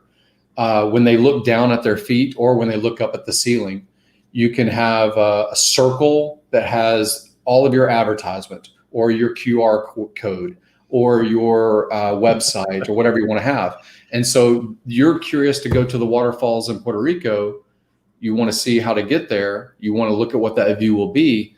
You'll see a HEX ad. You'll see whatever you want to put on there. It's pretty cool. Yeah. That's badass. I don't tell you, it's guerrilla marketing, guys. And it's a wide open opportunity. It's an opportunity for you to get paid in regular dollar by people that are trying to get their business known to the world that isn't foot trafficking like they used to. A lot more people are remote working. A lot more people are saying, hey, before I go, let me go make sure what that environment's going to be like and make sure it's worth my time or effort to go to that remote location. So definitely should look into it.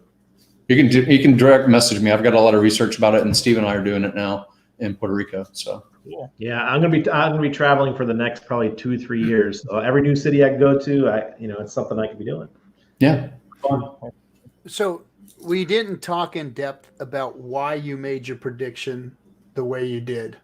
Right. 0.8 cents or the 3 cents? I want to hear 3 cents. We talked about it earlier, so I wanted the two sides. Why do you guys both say it? But I want to hear Litecoin for sure. Okay. So it just doesn't take that much money to pump HEX, right? So what's going to happen is it's just kind of guesstimating when it's going to happen, whether it's 2 weeks or 1 week out, right? But let's just be safe and say 1 week out, right? You're just going to start getting an influx, and then everybody in the community is going to be like, dude, we've got 7 days left. 7 days left. Holy shit, holy shit, holy shit. And you'll start getting a little bit of a pickup. And then I think what's really going to happen is 3 to 4 days out, some YouTube channels, some bigger ones are going to start saying like, buy your HEX and stake it now. And it's going to cause a bit of a frenzy, right? And it just doesn't take much money. Like what everyone's just going to buy on Uniswap and stuff. And it's just going to, what's going to happen, right? Then you got also the HEX against 2, like even me, right? Like you think I'm going to be sitting here like after like it's 2 days left and I'm going to be like, God damn it, I got to buy another million. Fuck. Oh my God. And I'm just going to like start laddering another big stake. I'm like, and that's what's going to happen to all of us. All of us are going to be like, dude, yeah, yeah, let me let me sell a bag, like, and let me ladder it out a little, or like put one big stake at this time or something, and that's what's going to happen to everybody, because we all think our bags are packed, and your bags are never packed. We're just some greedy people. We really, humans are just greedy, dude. Like, we never think, like, let's just say, like, yes, I finally got to my goal. I have 10 million hex, or I've got 100 million hex, dude. But Let me answer a question in the middle of all this. So Dave 43 OG, he's been around for a while, and he's got a good question. Yeah, for sure. It says, I have a question for the panel. If you only ever stake 5,555 after big paydays, your shares will increase, right? And no, it does not increase. As soon as you stake, what happens is you take your hex and you stake it. Once you stake it, that hex is burnt, and you are issued shares for those stakes. Whatever the share price is at that time, which what we're talking about is right now the share price is like 10.9 or something. 10.9. It's going to increase exponentially the day after big payday. Crazy jump. And then you don't even want to see what it does year 4, 5, and 6, and 7, and beyond. So the price of the shares continues to go up, never to go down, ever. Never, ever, ever, ever, ever, ever, ever, ever, ever, ever, ever, ever, ever does the share price go down. It only increases. Always increases. You will never get a better share price than the day you get your shares. You will never get a better share price. So the big deal with shares is that when you burn your hex, when you stake it and it burns it, basically, when you get rid of them to stake, your share price is what you're set at. That's how many shares you bought.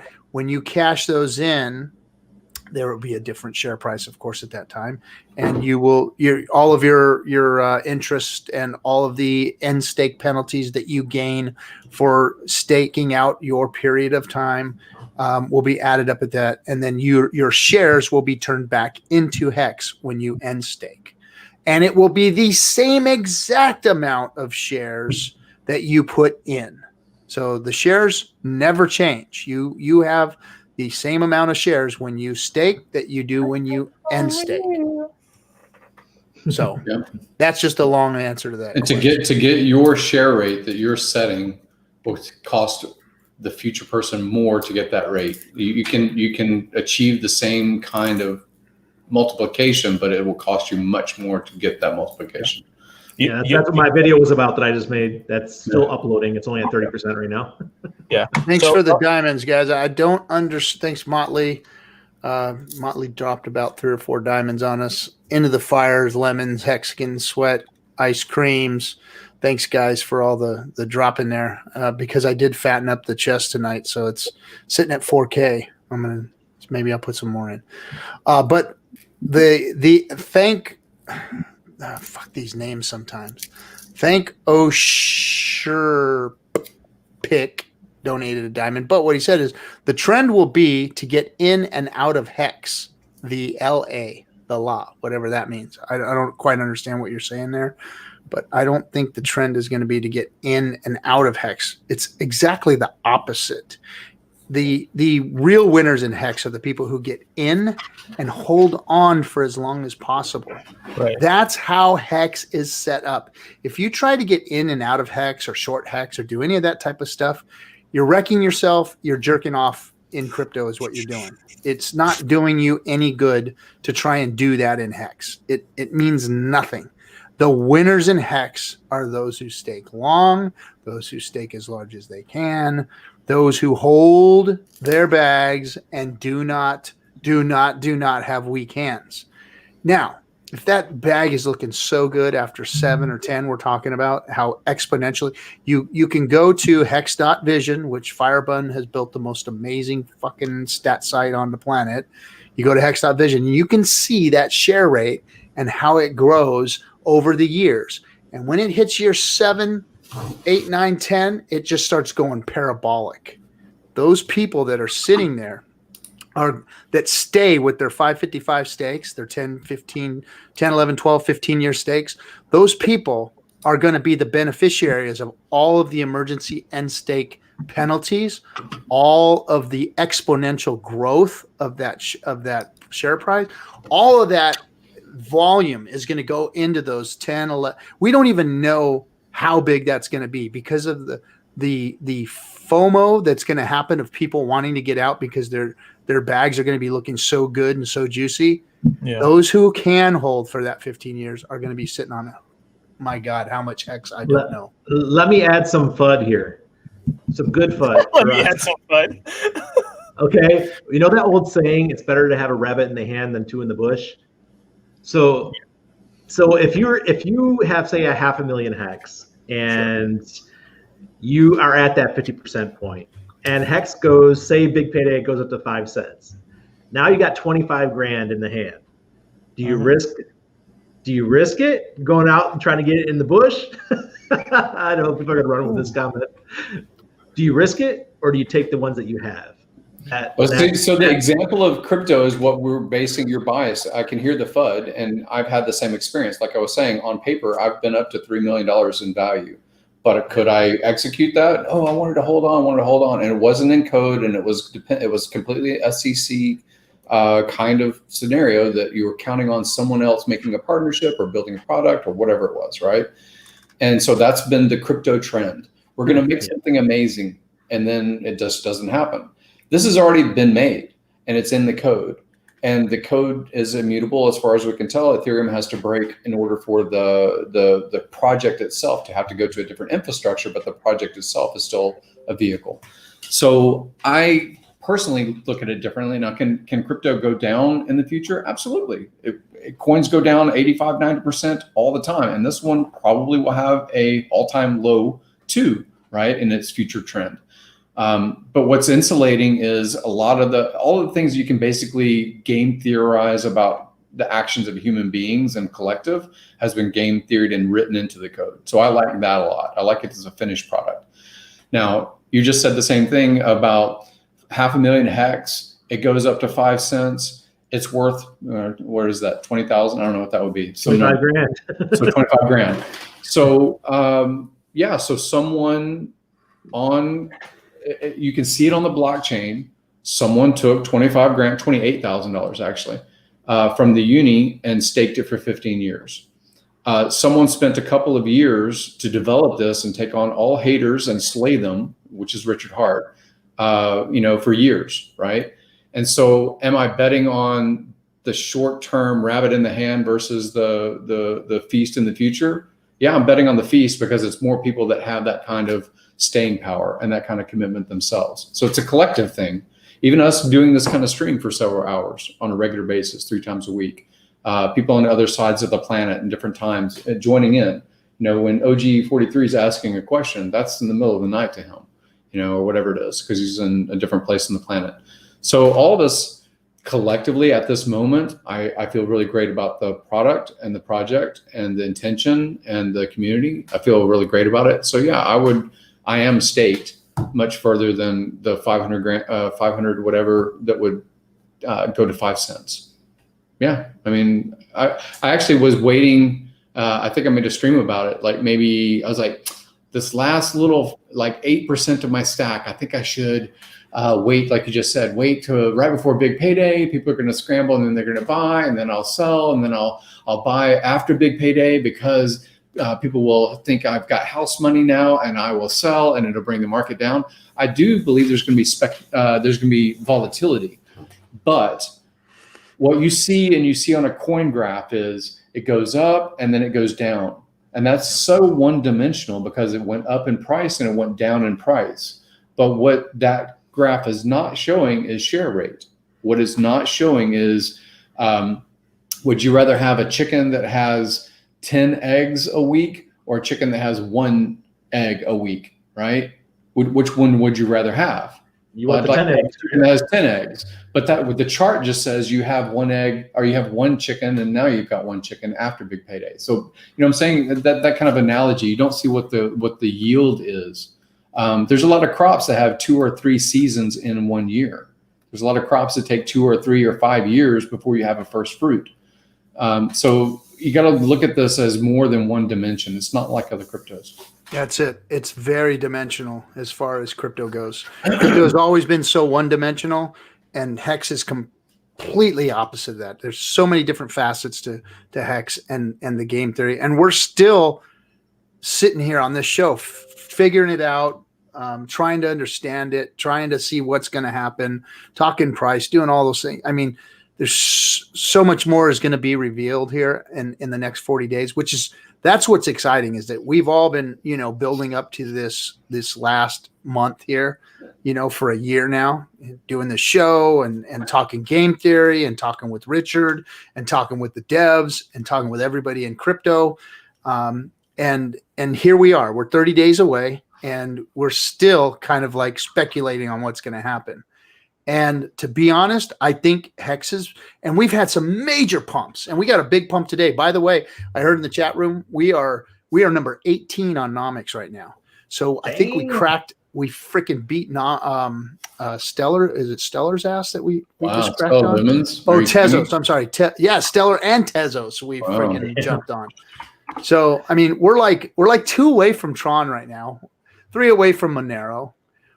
Right there on EOS and freaking USD. Justin, I'm very sorry. Thanks. Keep the peace, right? So, but I mean, we're climbing up the ladder, and these are little pumps that we're having right now. This isn't. I mean, we've seen Hex like kaboom. I mean, we've seen some serious pumps and very little financial energy coming. Cheers to 3 cents. So, and as Litecoin is talking about 3 cents, very, very possible. He and I spoke about it in depth about how we're seeing things crank, how much, I mean, think about that uni, guys. Think about the uni alone. That was something that wasn't even written into this. Uniswap wasn't even written into this. Nope. So the uni airdrop was not written. That is talk extra. About uni for a second? That's extra pamp right there, man. That's pamp, baby. I mean, think about that. That's free freaking money. That's free money. And most of that Hexagon's got already went back in. That's, we're seeing a little pump here. And, that all went back into Hex. I mean, I listened to Richard. When Richard was talking, he didn't give financial advice and say, hey, do this. But he said, hey, guys, when this happens, when free money goes out, usually what happens? It goes down. It goes down. Guys, it goes down. Listen to what I'm saying. I'm not telling you what to do, but usually when free shit's given away, people dump it and it goes down. So immediately I got home. I was on a plane. I would have done it the day before. As soon as I got home, boom, blam, gone. Turn it into Hex. Glad I did it. Glad I listened once again to a little bit of Richard's advice and or a little bit of his tips, his tip magic. And and it's served me well over the last year, because I'm sorry, guys, I'm beat the fuck up and scarred from 2017 and 18. I've had it with crypto, and that's why I'm so harsh on it.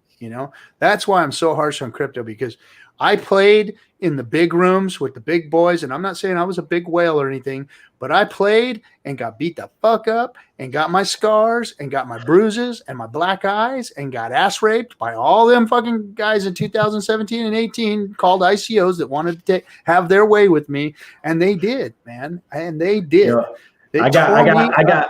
I got my V chain scar, my Stratus scar. I got my Verge freaking scar. I got my. Oh yeah.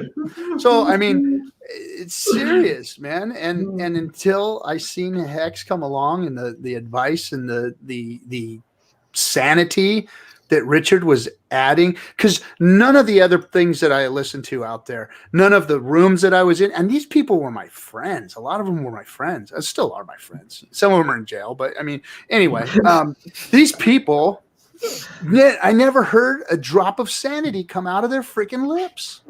It's like they still talk to this day. They still talk moon talk. And I'm like, how can you say that? How can you say that knowing what you know, being where you've been, crawling in the freaking alleys that you've crawled in? How can you sit there and fucking still believe in that bullshit? you know, and they do. And then now they're all jumping onto the DeFi thing and buying the same bullshit and selling the same bullshit again. That's why I'm so hard on crypto, because people just history continues to repeat itself. It's insanity, which is the definition of insanity, is doing the same thing and expecting a different result. So in order to change that, you have to do something different. What I always thought about crypto. So the store of value and the transfer of money and all that with Bitcoin was like, that's everybody's first you know, the first thing that they see when they come in crypto. Oh yeah, it's fuck the banks, and yeah, man, we got our own currency now. The whole world can get it. That's what I want. I want to be part of this freaking revolution and be a crypto fucking pirate. Hell yeah. Let's sail the goddamn crypto 7 seas, right? So you get in that way, and then you get delusioned as fuck. And then the other thing I saw was, okay, so staking. They're talking about staking, but they get your fucking keys when they do that. And what happens when they get your keys? They take your fucking crypto is what they do. That's what happens. That's what every one of them that I got involved with back then did, is they took my crypto. The exchanges did the same thing. When they wanted to, they took my crypto and made me fucking bend over and cough in order to get my freaking back into the, you know, into access to my keys and all that bullshit, you know. Hex is the only thing that I've seen that doesn't do any of that. And that's when I started to see a little bit of sanity in crypto. When I started to listen to Richard and he started talking real talk. And the first thing I heard him say was, it's fucking over, guys. Bitcoin's done. It's over. And I was like, I saw when he cried. I felt so hurt. It hurt like a motherfucker, but I was so relieved that somebody finally said something real in crypto. And then unfortunately, it was the worst thing I ever heard, which was, and I believe it hurt so bad because I believed him, because I knew he was right. When he said, it's over fucking 3 years, guys, it's going to be dead. And I was like brokenhearted, but it was a breath of fresh air because I realized that somebody was finally actually in crypto that gave a shit, that was going to say something real in crypto. And it was him. And everything that he said from then on has led me into sanity. Hex has given me some sanity in crypto. Like I said, I'm still harsh on it. I still can't stand all the bullshit that's out there. All the thought leaders, all of the coins that are, all the platforms that are still trying to say how they're going to kill this and they're going to kill that and they're going to do this and they're going to do that. All the promises out there that are still unfulfilled promises. You know, all the regulatory shit that's coming down on it still, and everybody's on pins and needles, and you still have no privacy in crypto. You still have no way to do transactions in crypto to make it real, you know? So what can you do?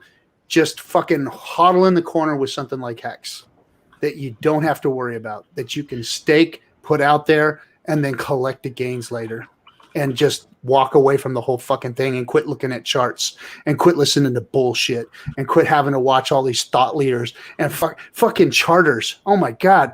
I mean, how in the fucking anybody still listen to people that are standing in front of a fucking chart? I don't understand.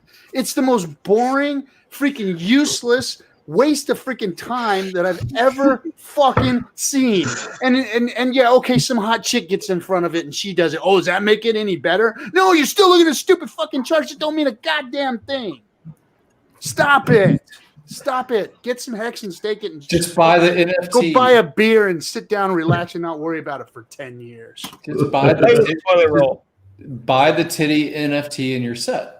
That's all it's more than $5,000. There you go. That's about the best use case I've seen. At least they changed it from crypto kitties to crypto titties. So good. Build your own. You can build a set that's like no other. Those are two different.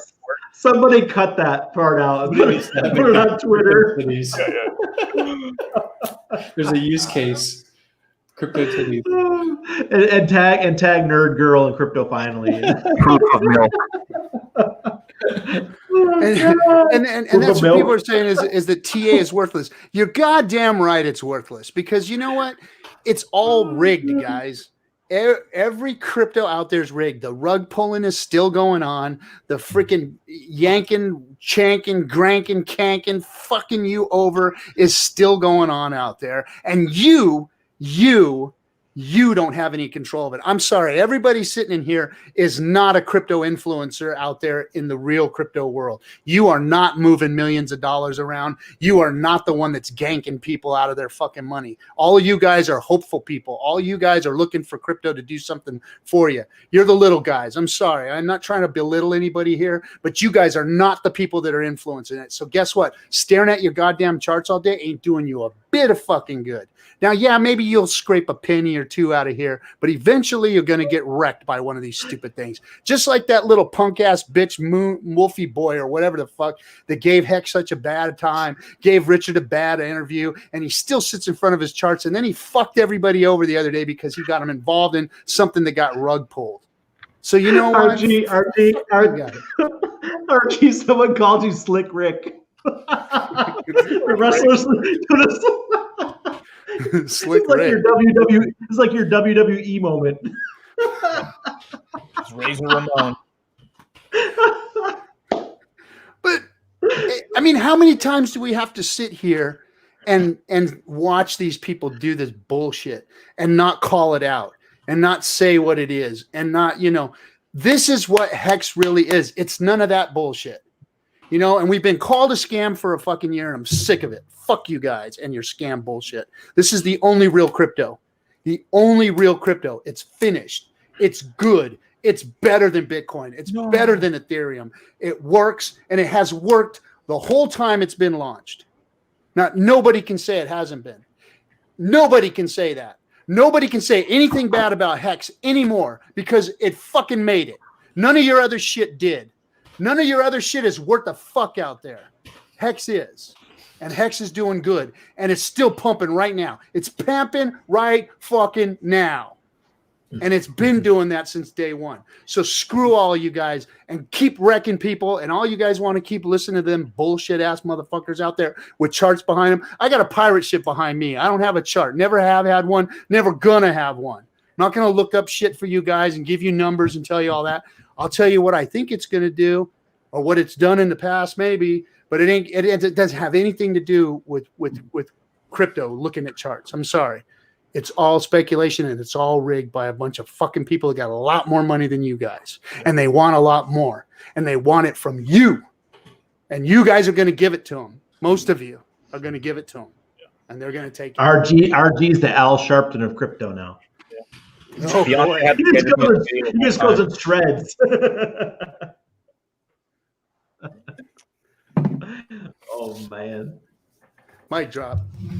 All right, yeah, exactly. All right, so I've got a question for you guys.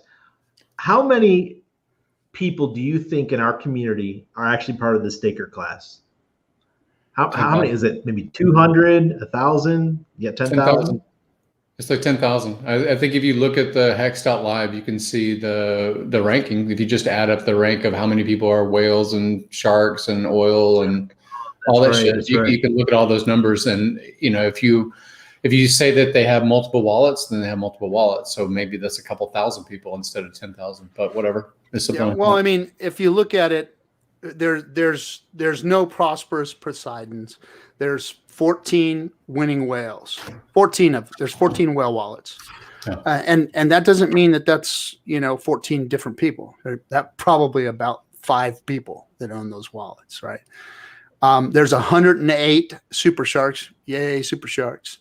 And there is 845 dabbing dolphins. So think about it. And then swift squids, there's 3,116. Now the top 2,000 wallets are the big holders of Bitcoin. 2,000 wallets, I think, hold most of the Bitcoin. So if you're a dabbing dolphin, a super shark, a whale, and half of the squids, I mean, that's right up there with a couple thousand wallets. And that's the stakers. That's the ones that are stakers. That's staking class because that's share price that's in there. There are people that hold hundreds of millions or billions of HEX, whether they're related to OA or not, or individual buyers that are liquid, and they're not part of that list. Yes. So I mean, you know. And then some people own That's just multiple those wallets stickers. that are sharks, dolphins, you know, whales, squids. So not everybody has just one wallet. I mean, that was what everybody was saying in the beginning was, hey, you shouldn't have just one wallet. Don't put Yeah. all your eggs in one basket. So And some people, a lot of people, they do decide, hey, I'm going to hedge. I'm going to, like you just said, you know, what if it goes up to 5 cents? Okay, so they're going to have a percentage that's liquid. Maybe it's a lot of their total stack is liquid. Maybe it's a little of their total stack is liquid. So the staking class is getting rewarded both from the people that are not participating because they're not getting inflation. You know, if you're in the staking class, the inflation of the total volume of the coin is going to you. It's not going to miners. It's going to you, right? Because you're part of that staking class, and you're, you know, like I said, it's this thing that gets really hard for people to understand of the penny doubled over 30 days thing, right? Yep. Would you rather have a penny doubled or $1 million? And people always go for the $1 million because it doesn't make logical sense to your mind how compounding works. Okay, great. Because I'm just thinking about what amount of people are the true people who care and are going to stay staked and going to go long term. And I know Moses says that we can go, you know, a lot of people are just going to bug out early, especially when you start seeing a price at quarter 50 cents. I mean, you got a stake that's worth $5 million. You know, even me, I'll be tempted. So, well, it's your ladder. I think that Litecoin's commented about this before. Is if you stake relatively heavy in the beginning of the first year because you have a little bit of faith, maybe you stake a little bit less the second year because you think crypto might be around 2 years before it crashes and burns, or whatever you think your thought process is because of your trend, your history, right? We've gone through 2017. Some people went through 2014. Some people have been around longer, whatever. But you see these ebbs and rises in the overall market, the overall idea of crypto. But Litecoin's commented before that if you're setting up a ladder, the thing that's thrown out there in the future that's $300, is $300 going to make your life better or different? Really? Is $300 really going to impact you? No. Probably not. Would 100 times $300 make a difference in your life? Probably. A little bit. Something, right? So the stake that's out in the future doesn't have to be a massive stake to make up for your fuck ups of selling early or EES or stressing or, you know, I think this might be the rise. I mean, you can save yourself just by staking long and mathematically make up for those emotional rises you'll have, you know. You know what somebody needs to add to the Staker app is a way to throw your key in there and hide it for 15 years. Bitcoin has it, but how many people use a time lock? It'll time lock your key so you can't even get to it. That would be good. That would give. It makes me think of like that refrigerator safe. You know, like when people are trying to like keep food away from themselves. like I've got a bolt on this, and they're trying to break the lock. Tears. Be trying to hack into it. Yeah, but Litecoin, could you comment real quick about that? Because I mean, you've said it eloquently better than I did in the past. Sure. Yeah. I mean, depending on your level of faith, right? So, I mean, are you talking about the one where like you just have like one stake a year? I mean, something that saves you from yourself. Right. If you throw a few Hail Marys out there in staking, those Hail Marys can make up for a lot of mistakes. Yeah. So let's just say, so depending on the thing you'd roughly want to do, like, let's just say you have 100% of your stake, right? Let's just say you have just to make the math easy, like 100 million, right? 100 million hex, but obviously make it smaller to your bag, right? But just to make the numbers nice and big, you would put 30% or 35% with between year 1 and 2. And you would be between 1 and 2, we're still in the bull market for the most part at that point. So when you end stake those, right, the 1 year stakes are going to give you anywhere from 2 to 2.5 times your original principal, right? So if you have 15%, now you're getting about 15. I mean, now you're getting about roughly, what is that? You're getting roughly about 30 to 40% of your bag within year 1. With year 2, you get the rest of it and then some, right? So now you're like completely like, even if you were like totally like, I'm going to sell it all, you're good. You essentially already gotten your whole bag back within those 2 years. Then from there, what you do is you evenly stake it between 1 to 15 years, right? And let's just say the market lasts a little bit longer. That 3-year stakes could be a 4.5 times your principal, or more, because of all the emergency end stakes and stuff. And as long as the market goes, let's just say the 4-year stakes.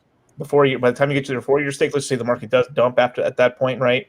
Then you just restake that out, right? And then it's such a beautiful system, because the first 2-3 years of stakes automatically get you the entire bag back. So essentially you get all that coin essentially for free, right? So that gives you a little bit of a stronger sort of like resolve to like, I can stake the rest of it out. I can stake the rest of it out and be safe. And then that's why I did that. So I weighted myself a little heavier, 1, 2, and then the rest of it I evenly spread out for there, right? And then 2, at that point, let's just say after year 1, right, you've already gotten some out and you've gotten comfortable, you've cashed out maybe on some of the year 2s, then you're like, you know what? I don't need the money right now. I don't need the HEX right now. You'll start staking it out longer, right? And then you'll get yourself back into more and more shares as well.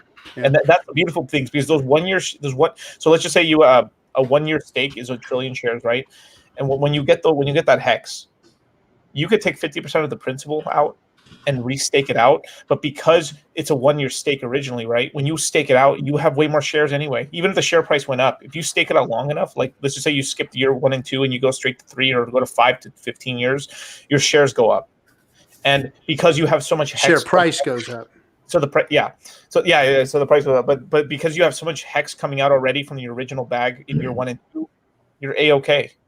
You're A-okay. So then you can like almost responsibly stake yourself out and make sure that your shares, right? Because it doesn't matter about HEX anymore. Your shares at that point matter, right? Yeah. So you start calculating it out, but you have to also psychologically put it out so you have HEX coming every year or every quarter, right? So depending on how you feel, some people want monthly, some people want quarterly, some people want, yearly, right?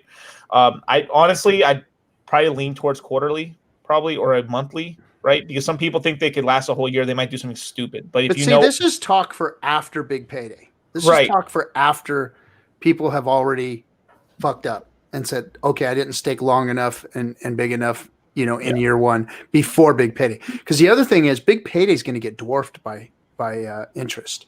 Mm-hmm. Yeah. You're going to look at your big payday bonus on big payday and go, yeah, fuck yeah, I scored. Yeah. Double my bag, triple my bag, whatever you did, You're going to look at it and go, that's cool. Look at how much HEX is there. If you've got stakes that are out there 7, 8, 9, 10, 11, 12, 15 years, after the 5, 6, 7 year mark, your big payday is going to look like fucking nothing compared to what your interest payments are going to look like. You're going to be like, oh, wow, that wasn't jack shit, man. This is where it's at, is this freaking interest payments and the emergency end staking, because the emergency end staking penalties are going to be so beautiful in year 7, 8, 9, 10 and beyond. Yeah. I mean, it's going to be just fucking fat. And that's the variable that we can't calculate. We don't know what's going to happen, but we can just guess with people. I mean, just what you guys have said already. Like, it's like, people are going to be like, people are going to FOMO stake or not understand how HEX works. And then they're going to wreck themselves, or just like, well, you know what? I'm at the halfway point and HEX is up a lot. Year 7, fuck it.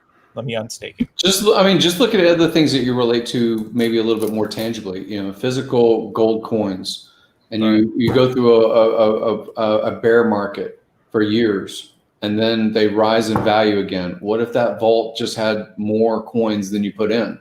Think about Bitcoin the same sort of way. I mean, we ride through these rises and falls every few years, and just imagine that. I'm not going to deal with it now. I'll come back to it when it's a bull market. But you had more Bitcoin that was in your wallet than you started out with.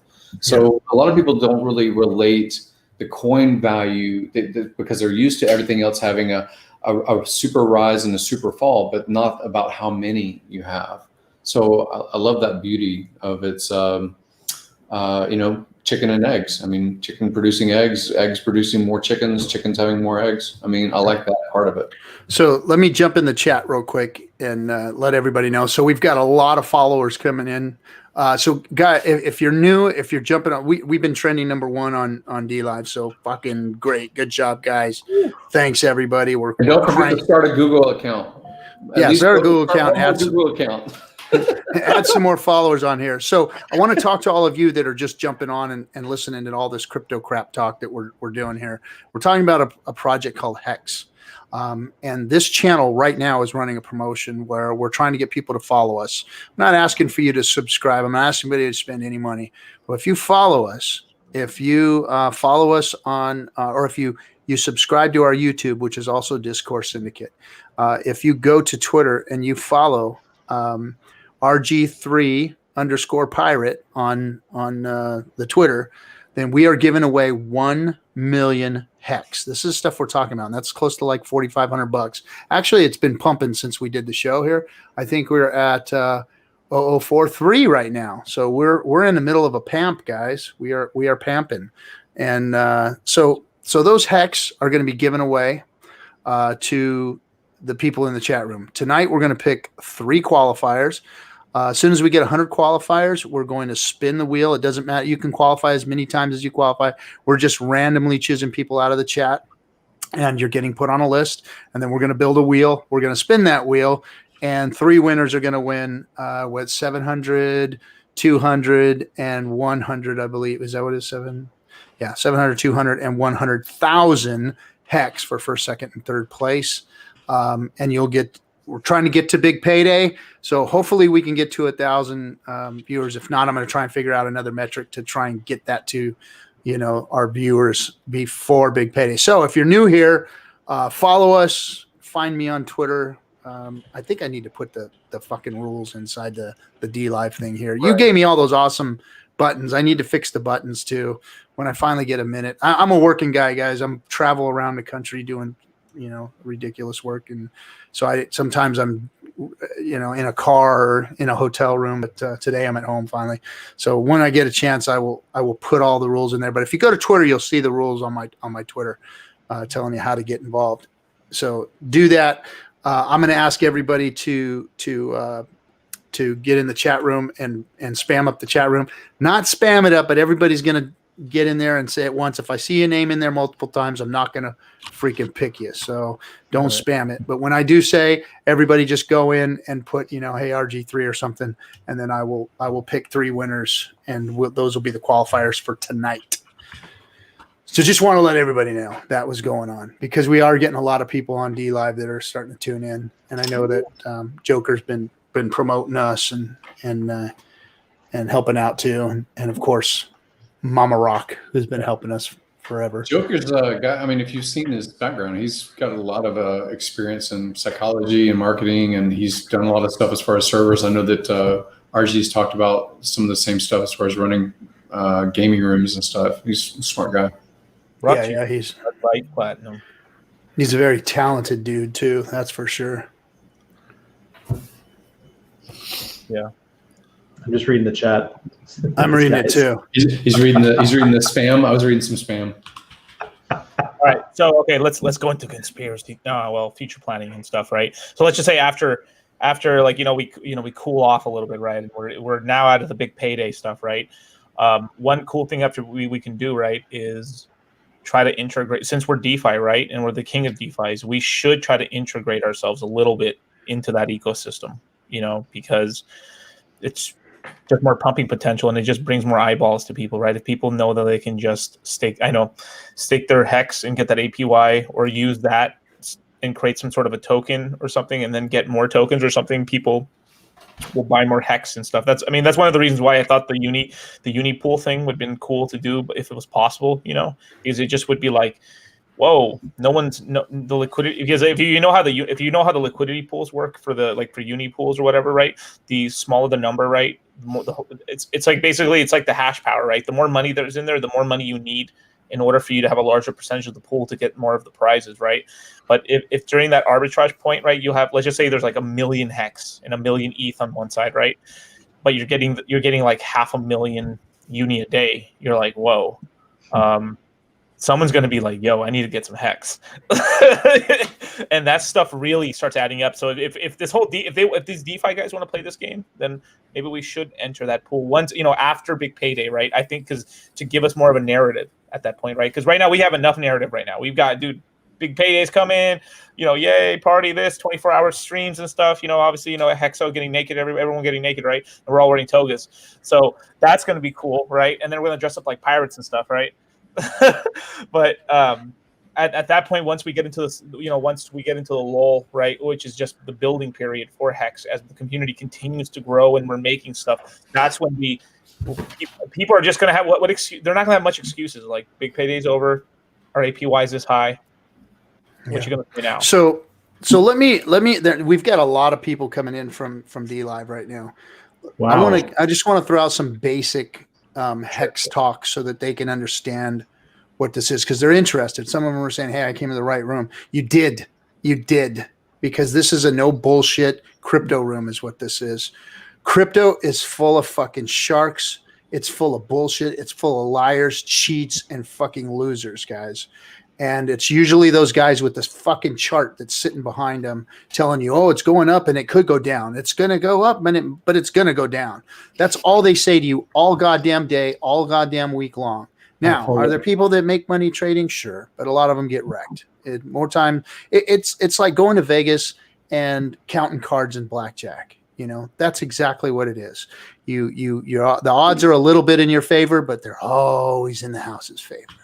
Always in the house's favor. You might get a little bit of edge and you may win a little here and win a little there, but you're always going to end up giving it to the house. And that's what crypto is full of. It's full of that bullshit. So how do you get away from that? Now, a lot of us here, myself anyway, are crypto OGs that have been through the gamut, that have seen it all, been through it all, wasted a lot of money, wasted a lot of time, looked at all those fucking charts, played the games with all the people, and never came out on top. I always wanted to come out on top. I always wanted crypto to do what it said it was going to do, but it didn't. It was all full of empty promises. Now, Hex comes along. That's what we're talking about here, is a project called Hex. A guy by the name of Richard Hart that's a no bullshit guy. He's sick of it too. But he was smart enough to do something about it. See, I wasn't smart enough to do something about it. But I knew. And one thing I learned in my 53 years being on this planet is that you always hook your fucking wagon up to the guys that know what they're doing. You always hook your wagon up to people that are successful. There's I forget who says it. I read it in a book somewhere, and I'm horrible at quoting people, but they say your income will equal the 5 people that you spend the most time with. Your income will become close to theirs. So I said, I'm going to hook my fucking wagon up to wealthy, smart people, and I do. I have a lot of people around me that I spend time with that are wealthy. I'm not exactly where I want to be with them, but hey, I'm pretty close. I've done pretty decent in my life by using that plan. Richard was one of the guys I said, I got to hook my fucking giddy up to this guy, right? I got to get hooked up in my crypto world with this guy because he knows what he's talking about. So I did. And I followed this Hex project. When he started it, it was a little boring at first because, they were developing it. And for me, all the developer room talk and all that shit just was kind of in one ear, out the other. It's like, show me the product, get it out, let me see it, and then I'll deal with it, So I listened here and there, and I jumped in and followed it and watched and waited for, the launch to come and everything. But basically what Richard has done is he's created a crypto that is an immutable contract, meaning when they turned it on, it turned on like Bitcoin. It can never be turned off. It's just there. The contract runs. Nobody has control of it, but you can actually enter into the contract and operate the contract. And that is what crypto was supposed to be. But unfortunately, in this whole crypto world, nobody wanted to give up that power. Nobody wanted to give that shit up. They wanted to always be able to control it, always be able to get theirs and take yours. And that's what they've done. So Hex doesn't do that. Hex equals the playing field for everybody. Nobody has control of it. It's on the blockchain. It's immutable. It's done. It's a done project. You don't have to worry about promises. Hex doesn't promise you shit. It gives you what the contract gives you. Now, if you go to hex.doctor, you can read all about it, and you can get yourself 10% Hex if you go and use the adoption amplifier and get your Hex. It tells you how to do all that. I'm not going to tell you guys how to do all that. I'm not going to get into that, but it's there at hex.doctor. That's our good friend Hexo. He has a show here on Dlive, and you can listen to him every single day, and he'll educate you on Hex. But let me give you the basics. Hex is a coin that you trade you can trade some Ethereum for, or you can claim Bitcoin. If you have Bitcoin, you can claim it, and you can get some Hex. Now, what can you do with that Hex? Well, you can sell it instantly if you'd like. Today we had a pump, so if you'd bought Hex a couple weeks ago, it was at 0.003 cents. Now it's at 0.0043 cents. So you could have sold it today. And you could have used an exchange, a decentralized exchange that doesn't require you to KYC and bend over and spread your cheeks and cough. None of that shit. All you do is you go to Uniswap and you could swap that token for some ETH or for some USDC, and you could turn it into cold hard cash today if you'd like. That's what Hex is. It works that way as a coin. You can spend it, you can move it, you can do as much with that as you can do with any other crypto. They're all limited, by the way, just to let you know. All cryptos are limited to how you can spend them, who can see what you're doing, all that kind of stuff. There's no privacy. None of crypto is. Well, there's a couple, but they're very, very difficult to use and get and all that kind of crap. But anyway, not to get into that. So that's what Hex is. It's a coin that you can use, and it's on a contract. And what does a contract do? Well, a contract allows you to stake that. You can stake Hex out a year, 2, 3, a day, 2, 3, 4, 10, 20, well, not 20, 15 years is our maximum stake. You can stake it out 15 years. And when you stake, what it does is it allows you to gain interest on that stake, just like a CD would. If you bought a 5 or a 10-year CD, you get a certain amount of interest. But here's the beautiful part of Hex, is that because there's no bank, because there's no middleman, you're the bank. The staker, the person that stakes is the bank. And whenever somebody early end stakes, takes that stake out, well, if somebody comes out of a CD early, the bank gets the penalty for that. In Hex, you get the penalty. The stakers get the penalties for that. So you basically are the bank. Now, the cool thing about it is when you stake, you get a share. You get shares. So they take your coins, they get rid of them, they burn them, and you get shares for that, a certain amount of shares. Those shares never go down in value. The immutable contract that was locked, the button was pushed and never stops, only allows share rate or share price to go up. You can never get a better share price. Never. Every time that you end your stake and you cash out and you get your Hex back, you can never buy back in at that rate. It's always going up. So the share price is always going up. Now it's going to go up. What we're talking about now is it's going to go up exponentially after 5, 7, 10 years, 15 years. That share price is going to skyrocket. And after big payday, let me explain that to you. So here we are in year one. Year one is the launch phase of Hex. If you're sitting here listening to this, you got in early. You came in here early. You are 30 days away. You're actually late to the party. It's like midnight and a couple of the good-looking girls are gone and there's a couple of good-looking ones left. And it's getting close to freaking midnight, guys. So here we got a couple hours left. There's a few girls left. You got to stake your claim right now, because what's happening in 30 days is Hex's big payday's coming. Now, what is big payday? Big payday means if you stake, you're going to get an amount on top of what you stake, based on some parameters as far as Bitcoin claims, people claiming Bitcoin to get their free Hex and all that kind of stuff. We call it Bitcoin free claims. Based on all these metrics, you're going to get an amount of Hex that's going to probably, and this isn't exact because we don't know exactly how it's going to end up. Right now, it's looking like about 3 times your amount, but it's probably going to end up somewhere around 2 times. It's going to double. So your Hex is going to double in 30 days from now on your stakes. Just automatically, you're going to get that much more Hex. And that's going to sit in your account that you've staked or whatever. And then your Hex is going to gain interest on the original amount, your shares that you put in. And whether it's a year, 2, 3, 5, whatever, that's what you're going to get paid on. So that's what Hex is. And like I said, the most important part of it is that it's no promises. There's no promises here. We don't know what the price is going to do. That's all that we talk about here. Every once in a while, we talk about the price. Right now, it's at almost 0.5 cent. We're thinking, it might go to a penny. We're hoping for a penny. Some of us are thinking maybe 3 cents. The founder, those other people, they won't ever talk about the price of the coin because nobody really knows. It could go to zero on big payday. I doubt it very seriously, but it could. I'll buy it for zero. And then that's the other thing. If it goes to zero, then it's a buying opportunity right there. But anyway, so that's what HEX is. If you jumped into this room, which now the room is getting fuller and fuller and fuller, you just landed on the last 30 days of probably, in my opinion, it is the greatest crypto project to date that is out there.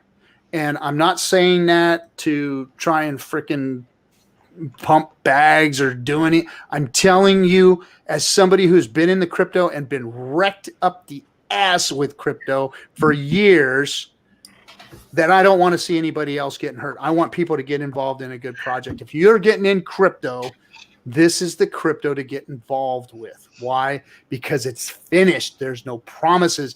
It ain't gonna come wreck you. Now, could the price change? Could people dump you? Oh, hell yeah. But I'm gonna guarantee you this. Here's a guarantee.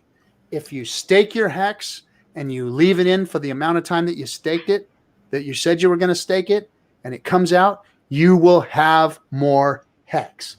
End of story. That's what you get no matter what. You stake your HEX, you get more HEX. I don't know what the price of that HEX is going to be. That's the variable. It could go to zero, and we're the only crypto community that talks like that. Nobody else says that their coin could go to zero. Nobody would even utter those words out of their mouth, but they all have lost 70, 80, 90% at times, even Bitcoin. So anybody who's out there not saying that in their crypto communities are doing all of you guys a disservice, because the price of anything in this crypto community, in this crypto world, can go to zero. It can go to zero. So with that being said, but you can get more HEX for staking your HEX. Automatic, nothing changes that. You will get more HEX, period. So what's that HEX worth is the variable. So that's, in a nutshell, what HEX is, guys. And that's what we talk about here. And then we talk about other shit like dick size and. Mouse Trip just blew his wad in his pants because of your talk. It was so amazing that he just couldn't contain it anymore. I love my Mouse Trip. I love my Mouse Trip. He's my freaking guy, man. He's my guy. Hey, Captain, could you go into Staker for a little bit too? The Staker app? Yeah. It's in 2 days. It launches in 2 days. Well, so listen, guys. So two amazing guys, Steph and Firebun. So here on the show, I think we're kind of responsible for it, to be honest. I think so. We had them both on our show. Steph made this amazing site called hex.live. If you go to hex.live, it's the most amazing looking crypto site you've ever seen. It's just aesthetic as fuck. It's beautiful. It gives you everything that you need. It has a little gamification in it so that stakers feel like they're, ranking themselves, and it's just built wonderful. And sorry for posting in your Discord today, Steph. I accidentally posted the Discord. I was trying to send it to Litecoin and put it in general at HEX, and I sent it to Steph, and he was like, "Please don't stake it, or please don't post in here. This is not for DS. This is for Staker app only. I don't want to confuse anybody. I'm just fucking with you, bro." But anyway, so these two guys get together, and Firebun. So Firebun is probably his hex.vision is it's hex.vision, right? Yeah. Hex.vision. I just click on the link so I don't. Yeah. He has come up with every single stat on Hex that you can imagine. I mean, if it takes bend over, spread your cheeks, and cough to a whole different fucking place when it comes to Hex, right? So he has the stats like you wouldn't believe. No other crypto is monitored like this. No other crypto can you see how the value of it is going to change. This is like a TA person's wet dream. Because if you're a TA person, and if you think that RG3 is full of bullshit when he talks about TA being fucking useless, then you know what? Fuck what I said and go to Steph's or Firebun's Hex.vision and go in there and stat yourself to death, man. And you can game the system and fucking short hex and do all that cool shit with it. Because every single stat that you could ever want, nothing is there's no place else in crypto that you can get stats like you can get on Hex. So now what happened was these two guys got together on our show. And we were like, hey man, it's a really good looking site with cool shit and nice way to look at it. And this freaking guy over here that's, got every single stat on Hex that you can imagine. Why don't you guys get together? They came on our show one time and they did. And they got together and they came up with a new app called the Staker app. And the Staker app, I am not versed on it really well at all. What I do know is that it's going to be a one-click wonder and an onboarding tool like nobody's ever seen with stats like you've never seen. And again, it's going to be a TA person's wet dream because you're going to be able to really predict what Hex is going to do in the future because you're going to be able to see when a lot of these stakes are coming out. So when people might sell, you're going to be able to, like over the next couple of years, you're going to be able to watch statistical data on how Hex is going to act. I think year one, after big payday is going to be where we're going to start gathering that information as far as how Hex is going to act, because big payday is really a variable that's just going to fuck everything up. There's no real way to kind of watch Hex because of that situation. That situation is going to kind of throw everything, you can't predict that. But afterwards, after the supply is gone, because remember this, the supply ends. There's no more AA 30 days from now, guys, or was it 40 something days from now? 40-ish, yeah. 40-ish days from now, when big payday comes, when the launch is over with, and there is going to be no more supply, no more hexes going out there. The only way you're going to be able to get hex is to purchase it on an exchange, get it on Uniswap. The supply is going to go away. Right now it's being pumped out at it's over 500 million a day. Million. Yeah. 500 million a day. And we're still holding our price. No other crypto has ever done like that and just held price like this. I mean, Hex is doing so well. It's so solid. It's such a good project. So after the big payday and there's no more supply, what happens when you run out of supply of something? A law of supply and demand says this. Price goes up. Price goes up. That's what happens. And I think that we're underestimating what's really going to happen here. In my opinion, the 3 cent thing is cool. I think it's going to be an overflow from that. Just my opinion. I'm thinking the same thing on the 3 cents, but I'm like, the momentum is just going to blow right past it. And who's going to want to, anyone who understands share price at that point and staked early and has Hex in their hands, who is not going to want to cash in on that share price early? Who's not going to go, you know what? I fucked up. That share price is getting ready to even moon harder.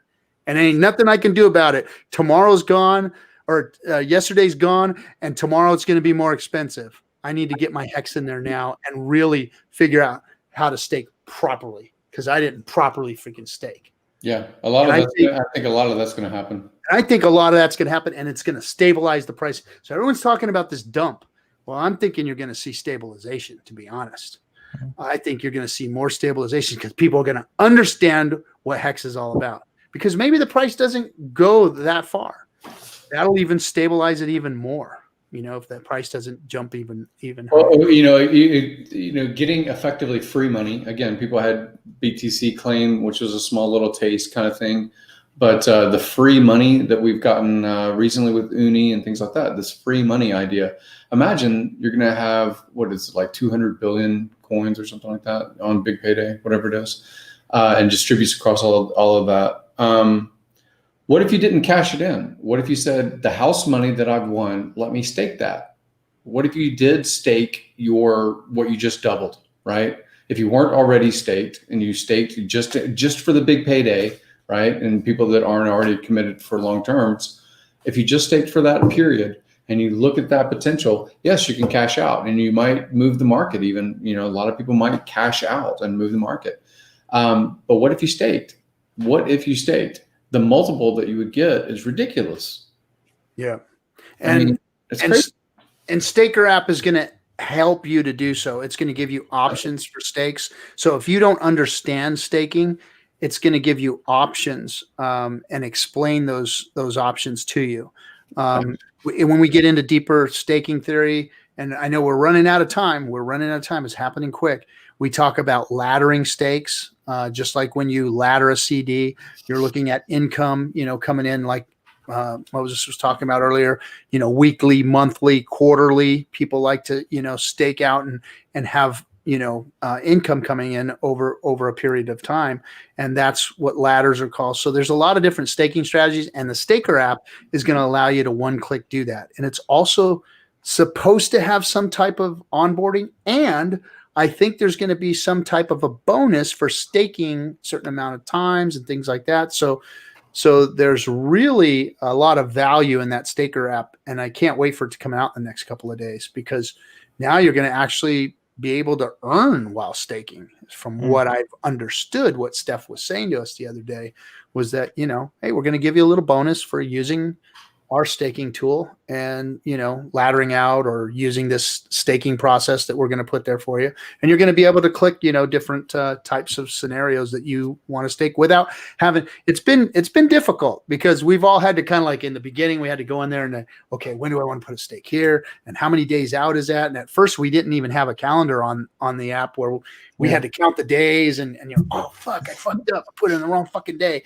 and oh shit, did I go before big payday on that one? Oh crap, and so it was a little bit difficult. Then they added a calendar and you were able to go in there and click on the day. And so it's been gradually getting better, but this Staker app is going to be a game changer. I mean, it's going to be a game changer for Hex, and two of the most brilliant freaking web developers and Hex stake or Hex stack guys are working on it, Firebun and Steph, and it's coming out in a couple of days. So if you're new in the room, Staker app is what it's called.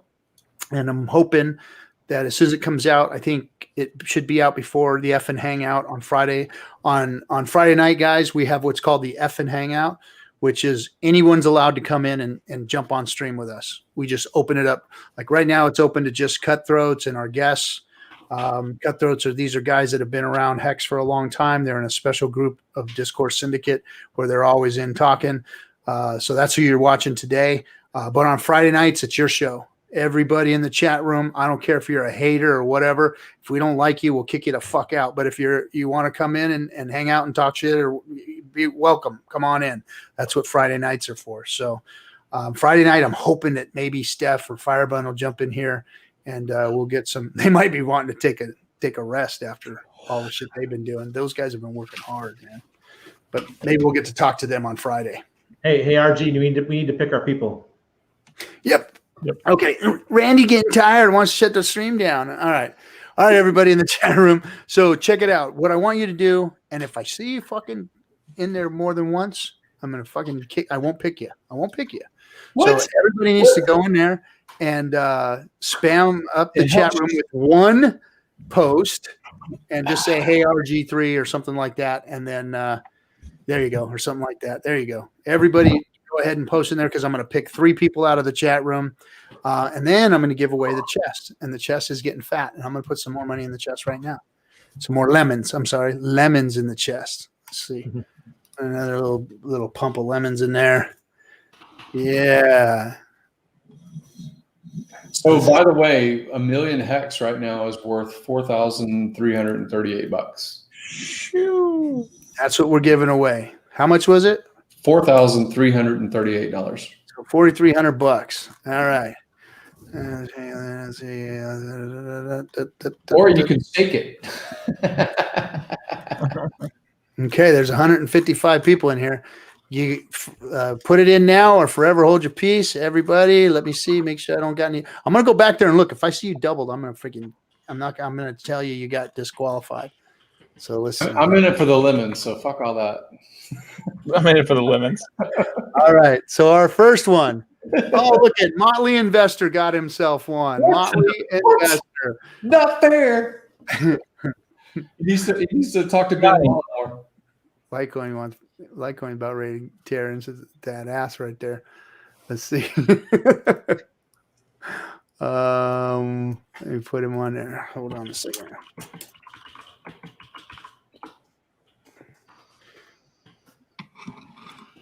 All right. Let's see.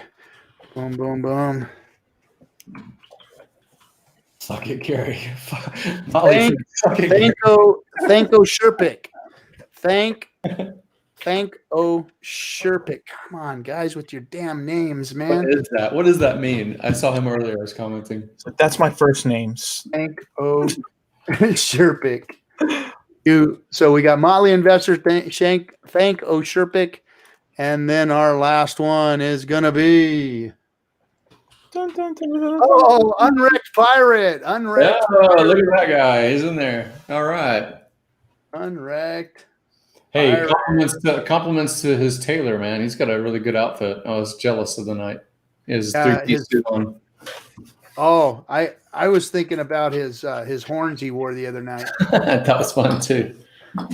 He's one of our regulars. He's a cutthroat too, and always causing trouble. I love it. I love him. I love you guys that cause trouble. That's for sure. This is a rigged election. Shadow Louis Brilliant says. Good for him. Everyone's happy. All right. Thanks for all the lemons, guys. Okay, let me release the Kraken and give away the chest here. So let's do that too. 6,000 lemons in the chest. Freaking generous pirate. That's for sure, right? Generous pirate tonight. Let's see here. That's a lot. That's a lot of money, isn't it? Yeah, it's a nice chunk of change. This little It's chunk. like $80. Yeah, 80 bucks or something. Is it 80 bucks? Okay. So let's see here. Who gets it? Who gets it? Who gets it? 10, 9.